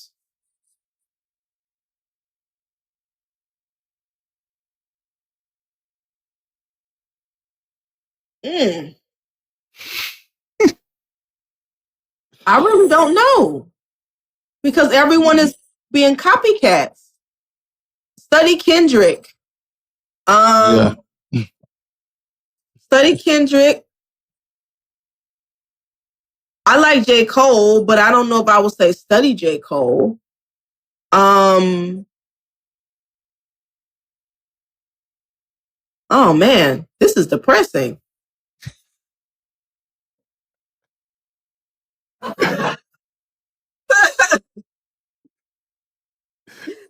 trying to think, who do you study? I don't know. Oh, man, I don't move unless maybe I'm out of touch. I don't think I'm out of touch, but maybe I'm out of touch. But everyone else, like I like Giveon, but I don't know like what he's been doing lately. With the business, I always talk about this rapper who owns Good Company. He is a good business. LaRussell. Yes, LaRussell. Study LaRussell. Thank you. Okay, okay. Who? Okay. Who? Yes. Because LaRussell is he's still like young, and he took it from the bottom, and he is sharing all of the gems for like the independent artists like yourselves, right? The independent artists. Yeah. So you want them, you want to follow his model. So listen to LaRussell, study LaRussell, but you got to understand what you're studying LaRussell for. You're not studying LaRussell for his sound. Right. That's different. You're studying LaRussell for how he got to where he is. Yes. That's different than like growing up studying DMX or me studying Quincy Jones or studying, Missy Elliott or studying Dr. Dre or Tim. That's different. You're studying LaRussell not for his sound. He's doing the sound that's in the Bay. Yeah. He's doing the West Coast, the Bay sound. Right? That sound's already there. Like there's nothing just to study. You need to study his model. Yes. So yeah. Man. Well, with that said, that will bring us to the end of today's session. So you can find me on TikTok, on Instagram, everything else is at Octavia Landix. I currently did I just got back my internet. Sorry. It's okay. We figured as much. I just literally this week, the second time this week, I started a music review room, which is what Trap had chimed in and heard yesterday. Oh, I've been there. I was at the last two. Oh yeah, Leslie. Yeah, I saw you in the yeah. Okay. Yes. Yeah, I started this music review room. It's called Octavia's Record Room, and I'm still building the channel. But so far on both nights that I've done it, I've gotten over 100,000 likes. I've gotten 100,000. Yes, ma'am. We need I would say, right, not to cut you off, we need this. We need this because there are so many music review rooms out there from people who are not experts. And with you are somebody who has golden ears. That's what I'll say. You have a clean ear to listen to sound and actually direct sound. You are a pioneer in sound. So I think this is beautiful. Like it is something which I would never want you to stop. Please just keep building the page. We're going to help you build it. Yeah, keep building it. Because this is, immediately I saw it, I'm like, yes, thank you, Lord. Yeah. I'm telling you. Yes. Great. So God bless you so much. I thank God for putting this idea in your heart and thank you for actualizing it because this is needed, is really needed. Where a safe space where artists like us, right? I can do my rough mix over here and be like, hey, Octavia, check it out. I'll come to your record room and you check it out. I'll be like, oh, Trap, the hi-hat, check the bass, check this, right? Yeah. And that will help. That will go a long way for me. Yeah. Because somebody like me, I cannot afford, if let's just say, let's be realistic. If you were to charge me to review my song, I couldn't pay. You get my point. But this is like a philanthropic work for everybody. And look at the number of people who have started benefiting from the work that you're doing. And I believe you me, it's gonna get big. It's gonna be huge. It's gonna get big, and then we'll have to be queuing in because the link that I sent you, the Nero.fan, it gives you the option to actually set in to skip the queue. So I was joining the live from some other people. You have to skip the queue, and we had about 80 songs, and supposedly I'm the next to be played, right? If I'm the next to be played and there are 80 in line, somebody comes to skip the queue for $50 and the person skips the queue like 10 times. So I have to wait 10 more times before. I'm telling you, it happened to me once. I'm like, they just keep skipping the queue and I'm just there. Meanwhile, I'm the next to be played. But because I can't skip the queue, I just have to wait. Well, I mean, I'm gonna say, like, hearing you guys, I literally got goosebumps. Hearing you guys say this, because it's very inspiring for me, because I've been holding off on doing music reviews for about a year. Wow. My niece, she's like one of my proteges, she told me, she said, "Auntie, you would kill music reviews. She said, you would kill it if you did it." And I was just like, baby, I don't know if I want to do it. And she was like, if you did it, you would be crazy at it. And she told me that like a year ago. Wow. And I decided, I was like, let me just try it. My first night was this past Tuesday. Yeah. By the end of the night, I had 100K likes. I was like, oh my goodness. Girl, look, I fell asleep tapping the phone. I think I was tapping the phone in my sleep. Because it was like 2:00 in the morning. And I was tapping the phone and sleep. I wake up and tap the phone. I said, I'm going to keep tapping this phone because I don't want her to stop. Thank you. And for me, what that shows me is that I'm needed in this space.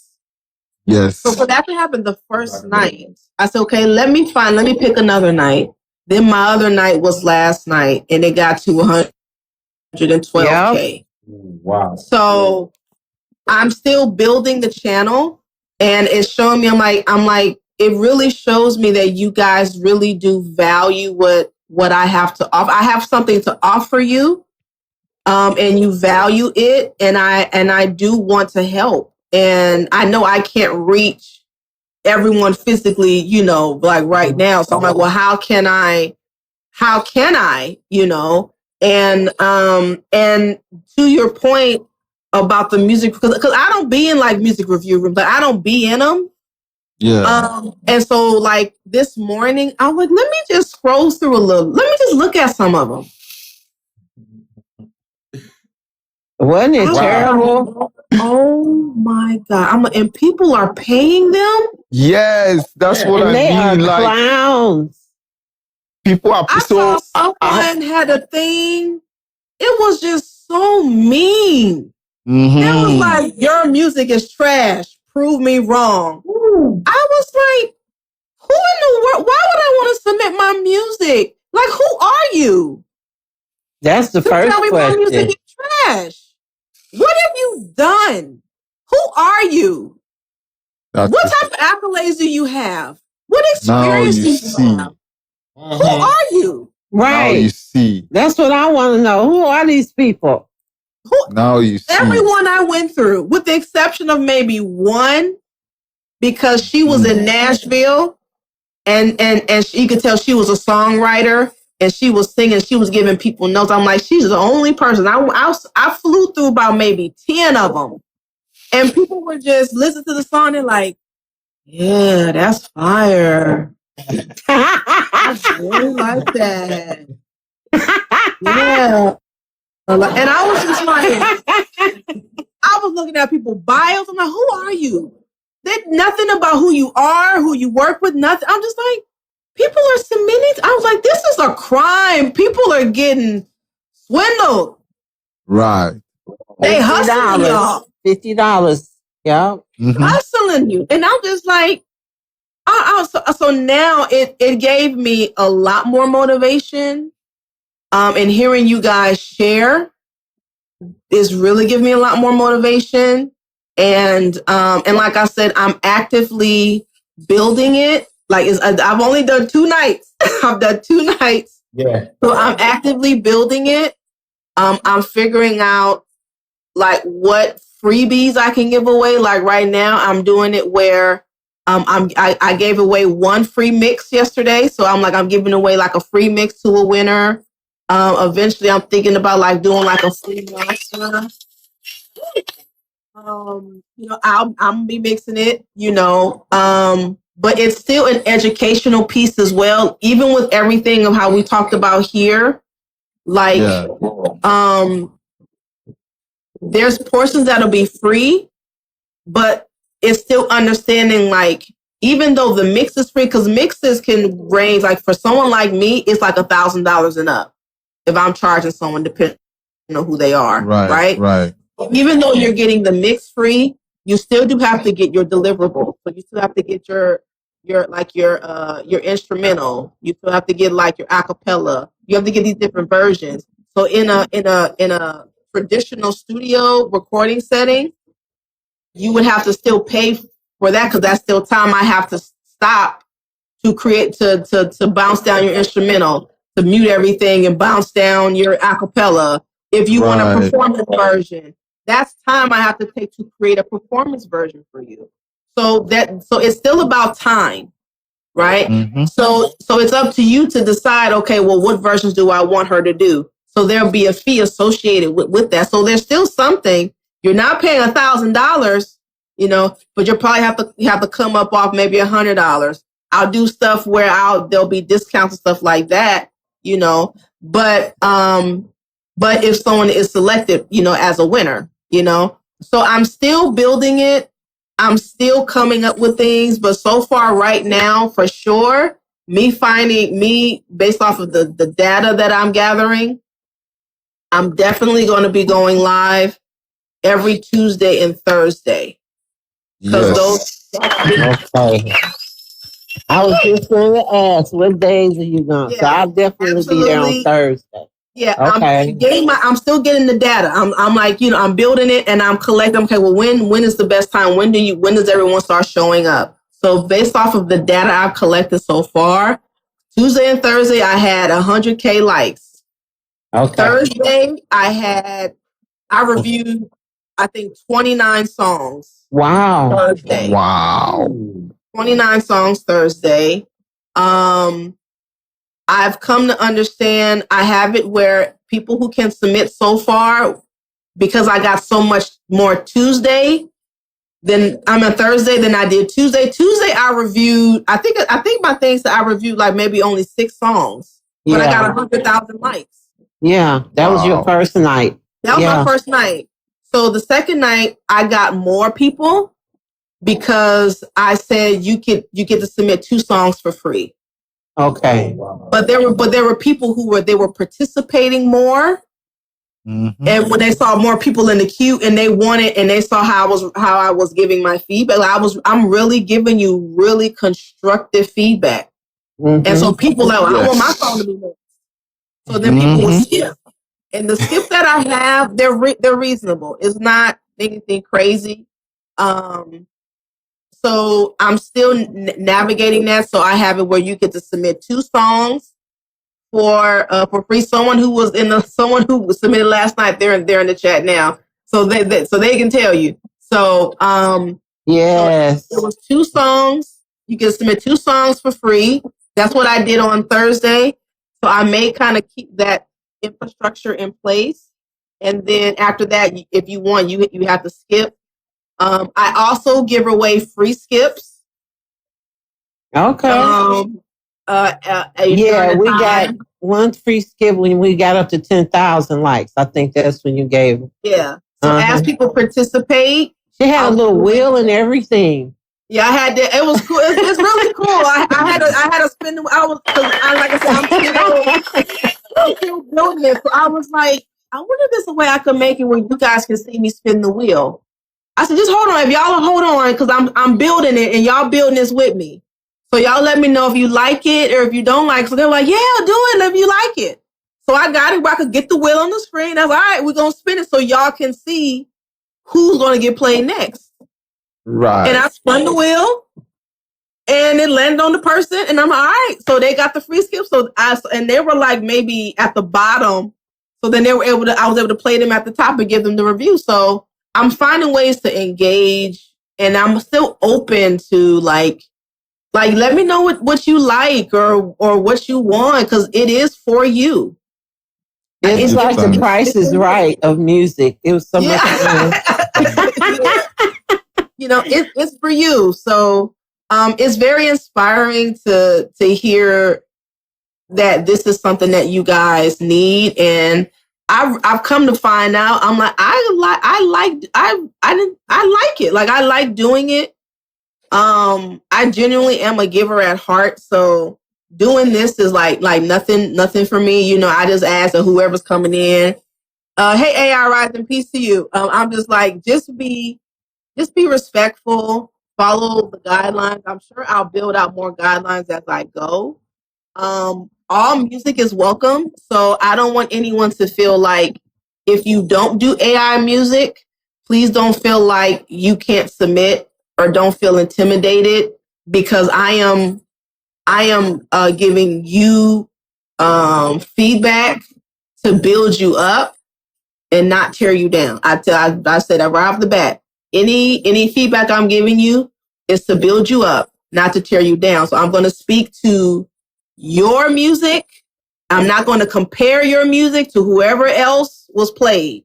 Okay. At least I'm gonna try my best not to. You know, I don't think I've done that thus far. So I'm listening to your music with where you are. Like, there was someone who submitted who to me, it sounded like they were just kind of starting out. Yeah. And I asked them, I said, how long have you been doing music? They said a year. I said, okay, great. So I clapped it up. I was clap it up for doing it for a year. I was like, the reason I asked is because I kind of got a feeling based off of what I heard. It sounded like you're just starting, you know. But I want to encourage you to keep going. Keep starting, keep going, because you know, you'll just get better. Keep doing it. And my advice to you is put yourself around people who are stronger in other areas, or people that you feel maybe there's something that they do that you really enjoy. See if you can collaborate with them, because then you'll learn and get better that way. But just keep working on your craft, you know. And that person was probably the newest person in the room. They said they only been doing it a year. And I'm glad that they got to be in your room and not one of those other guys, because they probably would have quit music. Yeah, I've been saying the last 2 nights, this is what I say to people. I give you my feedback that's going to build you up and not tear you down, because I see these people in these review rooms, and I'm like, they tearing y'all up. I'm telling you, they are tearing y'all up.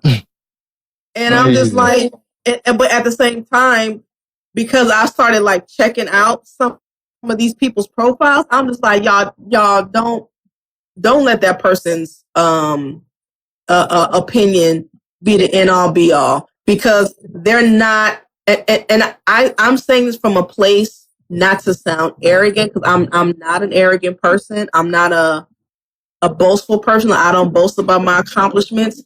But those people should be ashamed of themselves, because they're not. They don't have the type of resume that I have. And so to see them speaking poorly and downly on people, or others who are just trying to, I'm like, your opinion, respectfully, your opinion doesn't hold any weight. Exactly. It doesn't hold weight. I don't even know why people go there. Put a pin on that. But on top of that, not only does your opinion not hold any weight, you're not offering anything. Yeah. You're not offering anything substantial to help anybody. Like nothing. You just give what you think, and that's it. That's it. Now, back to what Leslie's like, well, why do people go there? I think that there's a group of people who, again, they got to understand their value and their worth. Because you have some people that they just want someone to approve their music and validate them. And the space that I'm coming from, I'm not here to validate you.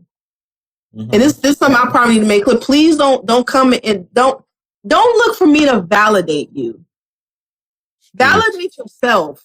You've already started making music.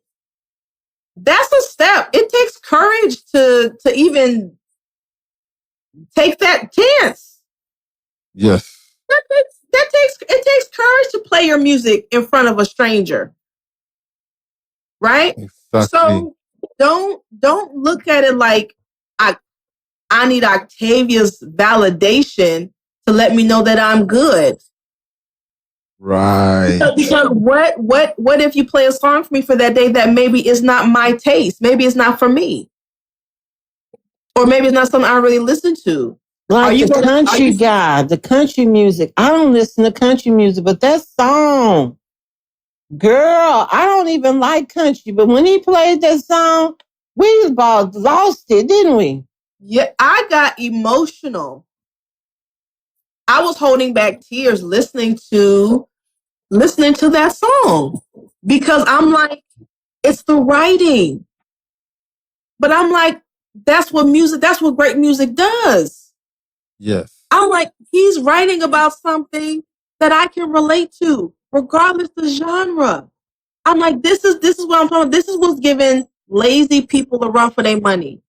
And I'm like, you can't deny that. And then he said, I was crying when I wrote that song. That's what I'm talking about. How music, I'm getting goosebumps saying this right now. That's how you know when I'm like, someone is speaking from a real place, a real experience. Yes. And their real experience connected with me. And me. That's how you know, and everyone else. And I was like, wow, I was like, the opening line had me about holding on to their memory. I was like, that hit me because I'm like, all I have now are my memories of my mother. My mother's no longer here. Right. So I'm holding, that's what I have are the memories and the photos. And he's talking about his experience with his mother, who he's going through right. And I'm assuming that that's a he, I'm sorry. But their mother right now. Yeah. And I'm like, oh my God. But there's so many, the metaphoric way of writing it, the similitude of writing it, the parallels in the writing is translatable. Yes. That's what made that song so awesome. Okay, thank you. Yeah. That's why that song. AI Rising, like, big up yourself. AI Rising. So I'm just like, oh my gosh, right? So I'm like, I did not expect to be up here. I'm like, am I about to cry on this live? I am not trying to cry. I know, right? I'm not trying to cry, but I'm like, I am really like tearing up, like for real. I'm like, I'm not faking it. I'm like, I'm really sitting up here like, oh my gosh, that was so beautiful. It was. Everything about it. Hear the song, everything, the way, all of it, right? It was nice. So I love that, and this is why I'm saying that I advocate. I'm like that was used with some form of AI. I'm like, I can't deny that. That is the music that we need. Mm-hmm. That's what we need. that type of music, that real storytelling, because there's a very toxic part of the music industry that has pushed such terrible messaging. You know, because that's what they chose to promote, and people are, well, this is what they want, this is what I'll write. But we don't have to do that no more. So I'm an advocate. I'll advocate if those are the great songs that's being put out there, and the people who are lazy and can't write, if it puts them out, okay. Because AI doesn't intimidate me. Because I can go and I know how to recreate that song from scratch. So it doesn't intimidate me. But people who don't know music, or people who are lazy, or they look at music like an MP3, they won't go study an instrument, they won't go study an artist, they won't go study how to songwrite. They're intimidated because they can't do what people like me can do, who've put the time in and the hours in. So I'll advocate for it. It's going to help music. It's going because music is an art form. It's an art, and there's things in the art of creating music that is being really, really just sacrificed. There's so many art forms of creating great songs that's getting lost. And I'm coming to understand, it's like I have the information. So I'm like, well, I want to keep the art form alive. I don't want the art form to die. And I know how to make great songs, and I've been on great songs. I've been on songs that's charted on Billboard. I've been on songs that's been nominated for Grammys. But I know that formula. So and there's a side of the industry that a lot of people I'm coming to understand just aren't going to experience, because the record industry is different. It's almost like it's being rebuilt right now. So I'm like, all of those tricks of the trade, a lot of I'm like, wow, y'all won't experience it unless someone says it or teaches it to you. So someone got to say it or teach it and share it so you can do it. So the art form doesn't die. Right. I was taking notes last night when you were talking about the different tweaks, DSing and the symbols and how your vocals sit. I was listening to everything. Because there's nobody teaching the practice, anymore. If you taking your music over to one of those guys, like you said, they just sitting there and just, insulting people. Yeah. Right.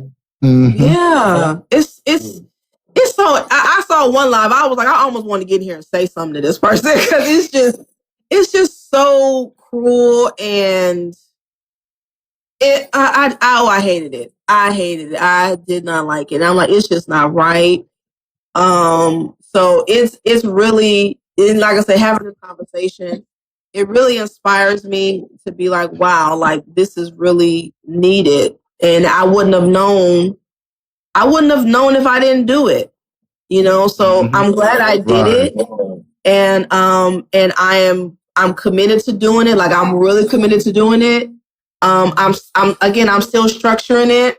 So even trap, like what you talking about, like that ADQ, I wouldn't want that to happen on my live. So I would have to, if I find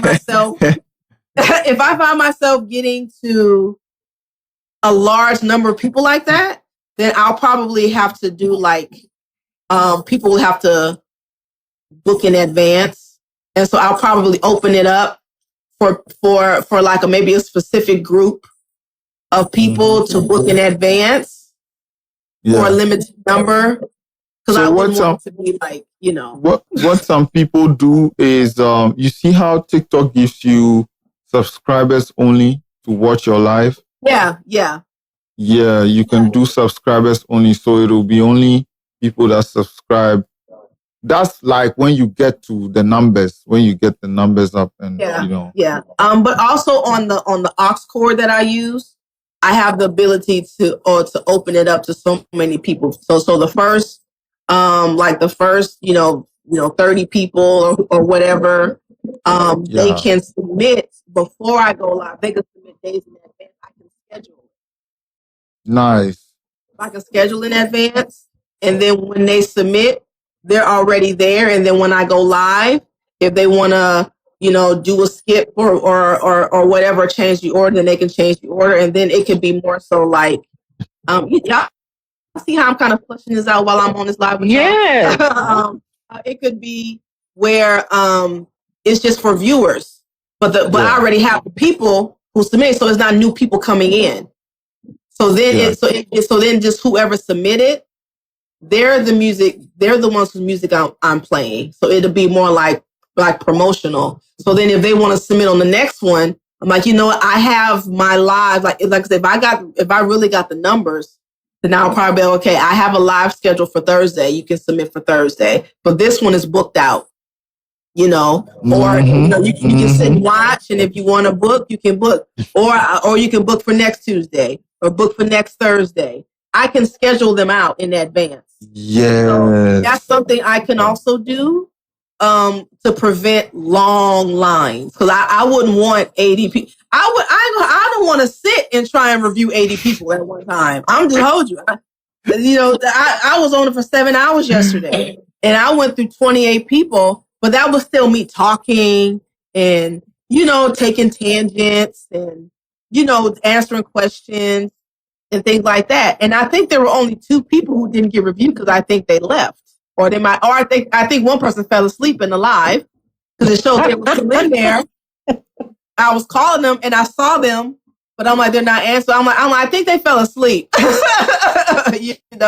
So I'm going to keep doing it, guys. I'm doing it. And you're very welcome, AI Rising. There is a way to give good feedback, So that's true.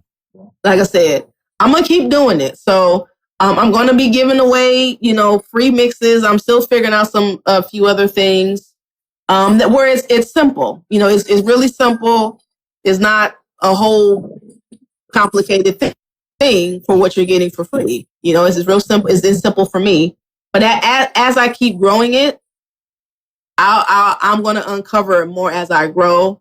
So when you guys see me like post, Octavia's record room is going live on this day, just repost it, share it, put the word out. That is it. It's really inspiring. Y'all inspire me too. We are all in this together, so we hold your back down. We support you in any way. Yeah, man. That is it. Mm-hmm. Yeah, definitely.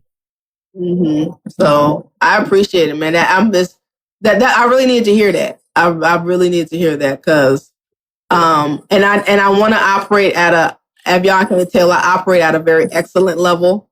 That's just kind of I'm an overachiever. I've always been an overachiever. So I operate at a very high.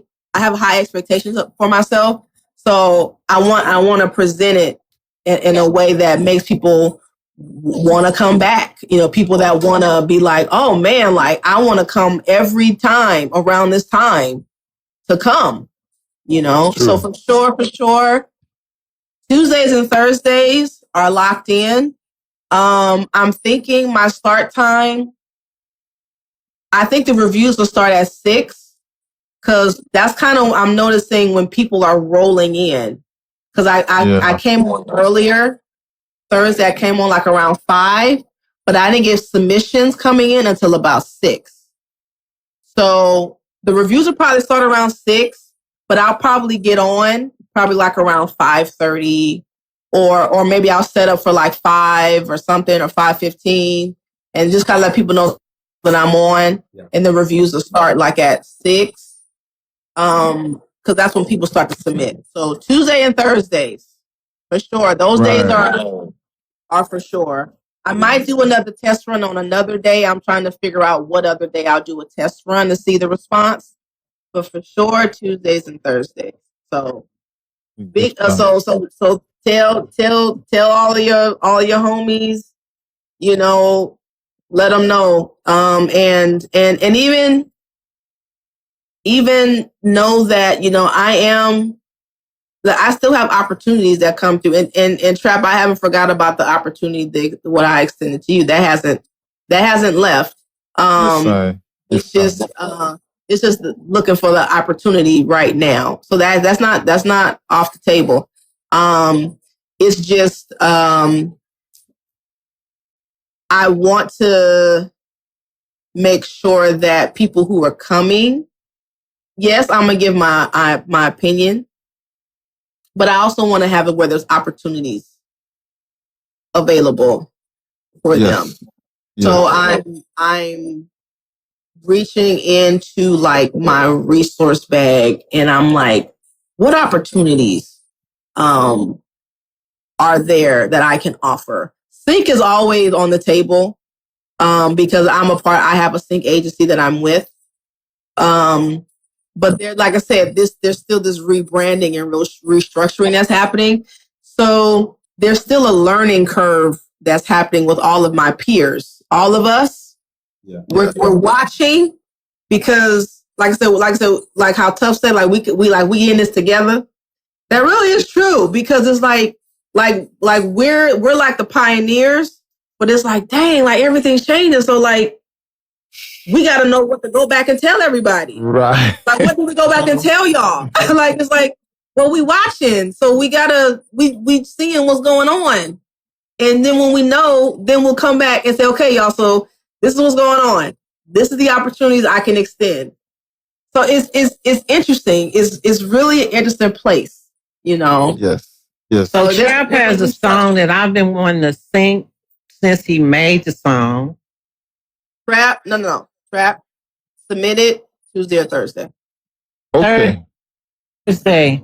Mm-hmm. I'll be there Thursday. Okay, submit it. Okay. And then, because also look at it this way, being that I'm getting all these likes. So even a homie of mine came through and slid through the live real quick.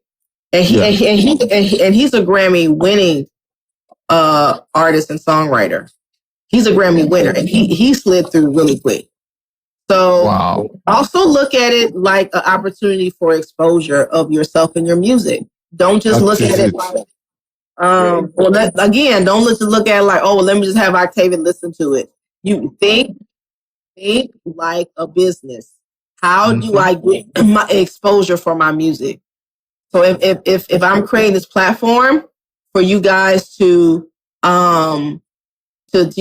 on, keep in mind, I'm an industry individual. I know a lot of people. I had someone else in my live last night who I met recently. I met him recently and we clicked. But come to find out, he and I know a lot of the same people. He's worked with Nas. He's worked with LL Cool J. He's worked with he's worked with B.I.G. He's worked with who else? A lot of people. He's worked on a lot of great records. He was in my live last night. And me and him, we connected a few weeks ago. We was on the phone talking a few weeks ago, just getting to know each other. Right. So I've created another industry peer who was just in there. Thank you, MJ. Yeah, Michael Jackson. He's worked with Michael Jackson. In the live. Wow. AI Rise know who they are. Okay. But so don't look at it like, I can't just listen to my song. No, you gotta think bigger. Think bigger. You want to get your music exposed. You want to get exposure. So he wants to submit it. The link is in your bio, you said, for him to send it to you? The link is in my bio. It's in the, I'm gonna change the name of it too, because sometimes I'll be forgetting what it says. But it says join the live reviews, Octavia's Record Room. So it's the very first one on my link tree. So I'll make it available. Like right now, when I go live is when I make it available to submit. Right now, I'm not doing early submissions right now. So I make it available to submit. I'll probably do it like maybe an hour before or something before we start to maybe build up the queue a little bit. I'm still figuring it out. But the day of, you will be able to submit. Okay. The day of. Okay. Yes. So submit it and then be a part of the review room. and get feedback and get exposure. This is what you have to be doing. You want to get exposure. That is it. Okay. And anybody else that maybe you want to invite other people, like the other people I was on when I was on your last live before. Invite some of them. Tell them. Yeah. You know? I'll let them know. All right. A lot of writers are looking for music. And someone that I was on the live last night, he was saying that he's looking for artists to record some of his music. Yeah. Wow. You know, and I don't know the extension of his credentials, but his music, it was T Breezy, I think. Yeah, it was good too. His music was amazing. Not T Breezy. What was his name? Ant Beasy. Okay. Ant Beasy. His music was phenomenal. And I was telling everybody in the chat, I was like, y'all listen to me. So you listen to me. If Ant Beasy chooses you to record on his music, do not waste his time, because his music is fire. He could pitch his music to Chris Brown right now. He sure could. Wow. You got to have your stuff there, because he knows what he's doing and he sounds seasoned. That's what I was kind of like, you know, he's probably just pitching, you know, looking for somebody, which is smart, right? Because I'm like, what am I reviewing? It was that good. It was good. It was like nothing wrong with the music at all. I'm like, but that's why I was like, how long have you been doing this? I'm like, I just know. I'm like, I can just tell that you've been doing this a long time. It's like game recognized game type of situation. Right. And I'm like, how long you been doing this? I'm like, do I know you personally? I just feel like we will be in the same room. Cause I'm like, that level of music, I'm just used to hearing it in the spaces that I'm in. Wow. Very professional. And then we start talking about how long you've been doing. I was like, you just sound so seasoned. So that's why I was telling people, like, if you work with him, do not waste his time, because he can be pitching his music to Chris Brown, Mario, all those people. Giveon, he could give his music to those people. But if he's choosing you better come correct. Great. That is it.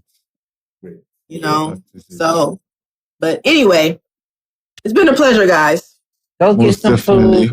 We give thanks 45 minutes into the hour 5 right here in the morning. Blessings to everybody who joined us, everybody who came through to support. Thank you, Octavia, for having time again for the part 2 of this intellectual reasoning. We really appreciate. I've learned a lot. Some part of this was actually for me, especially the business part about split sheet and all that. So I'm really grateful. God bless you so much.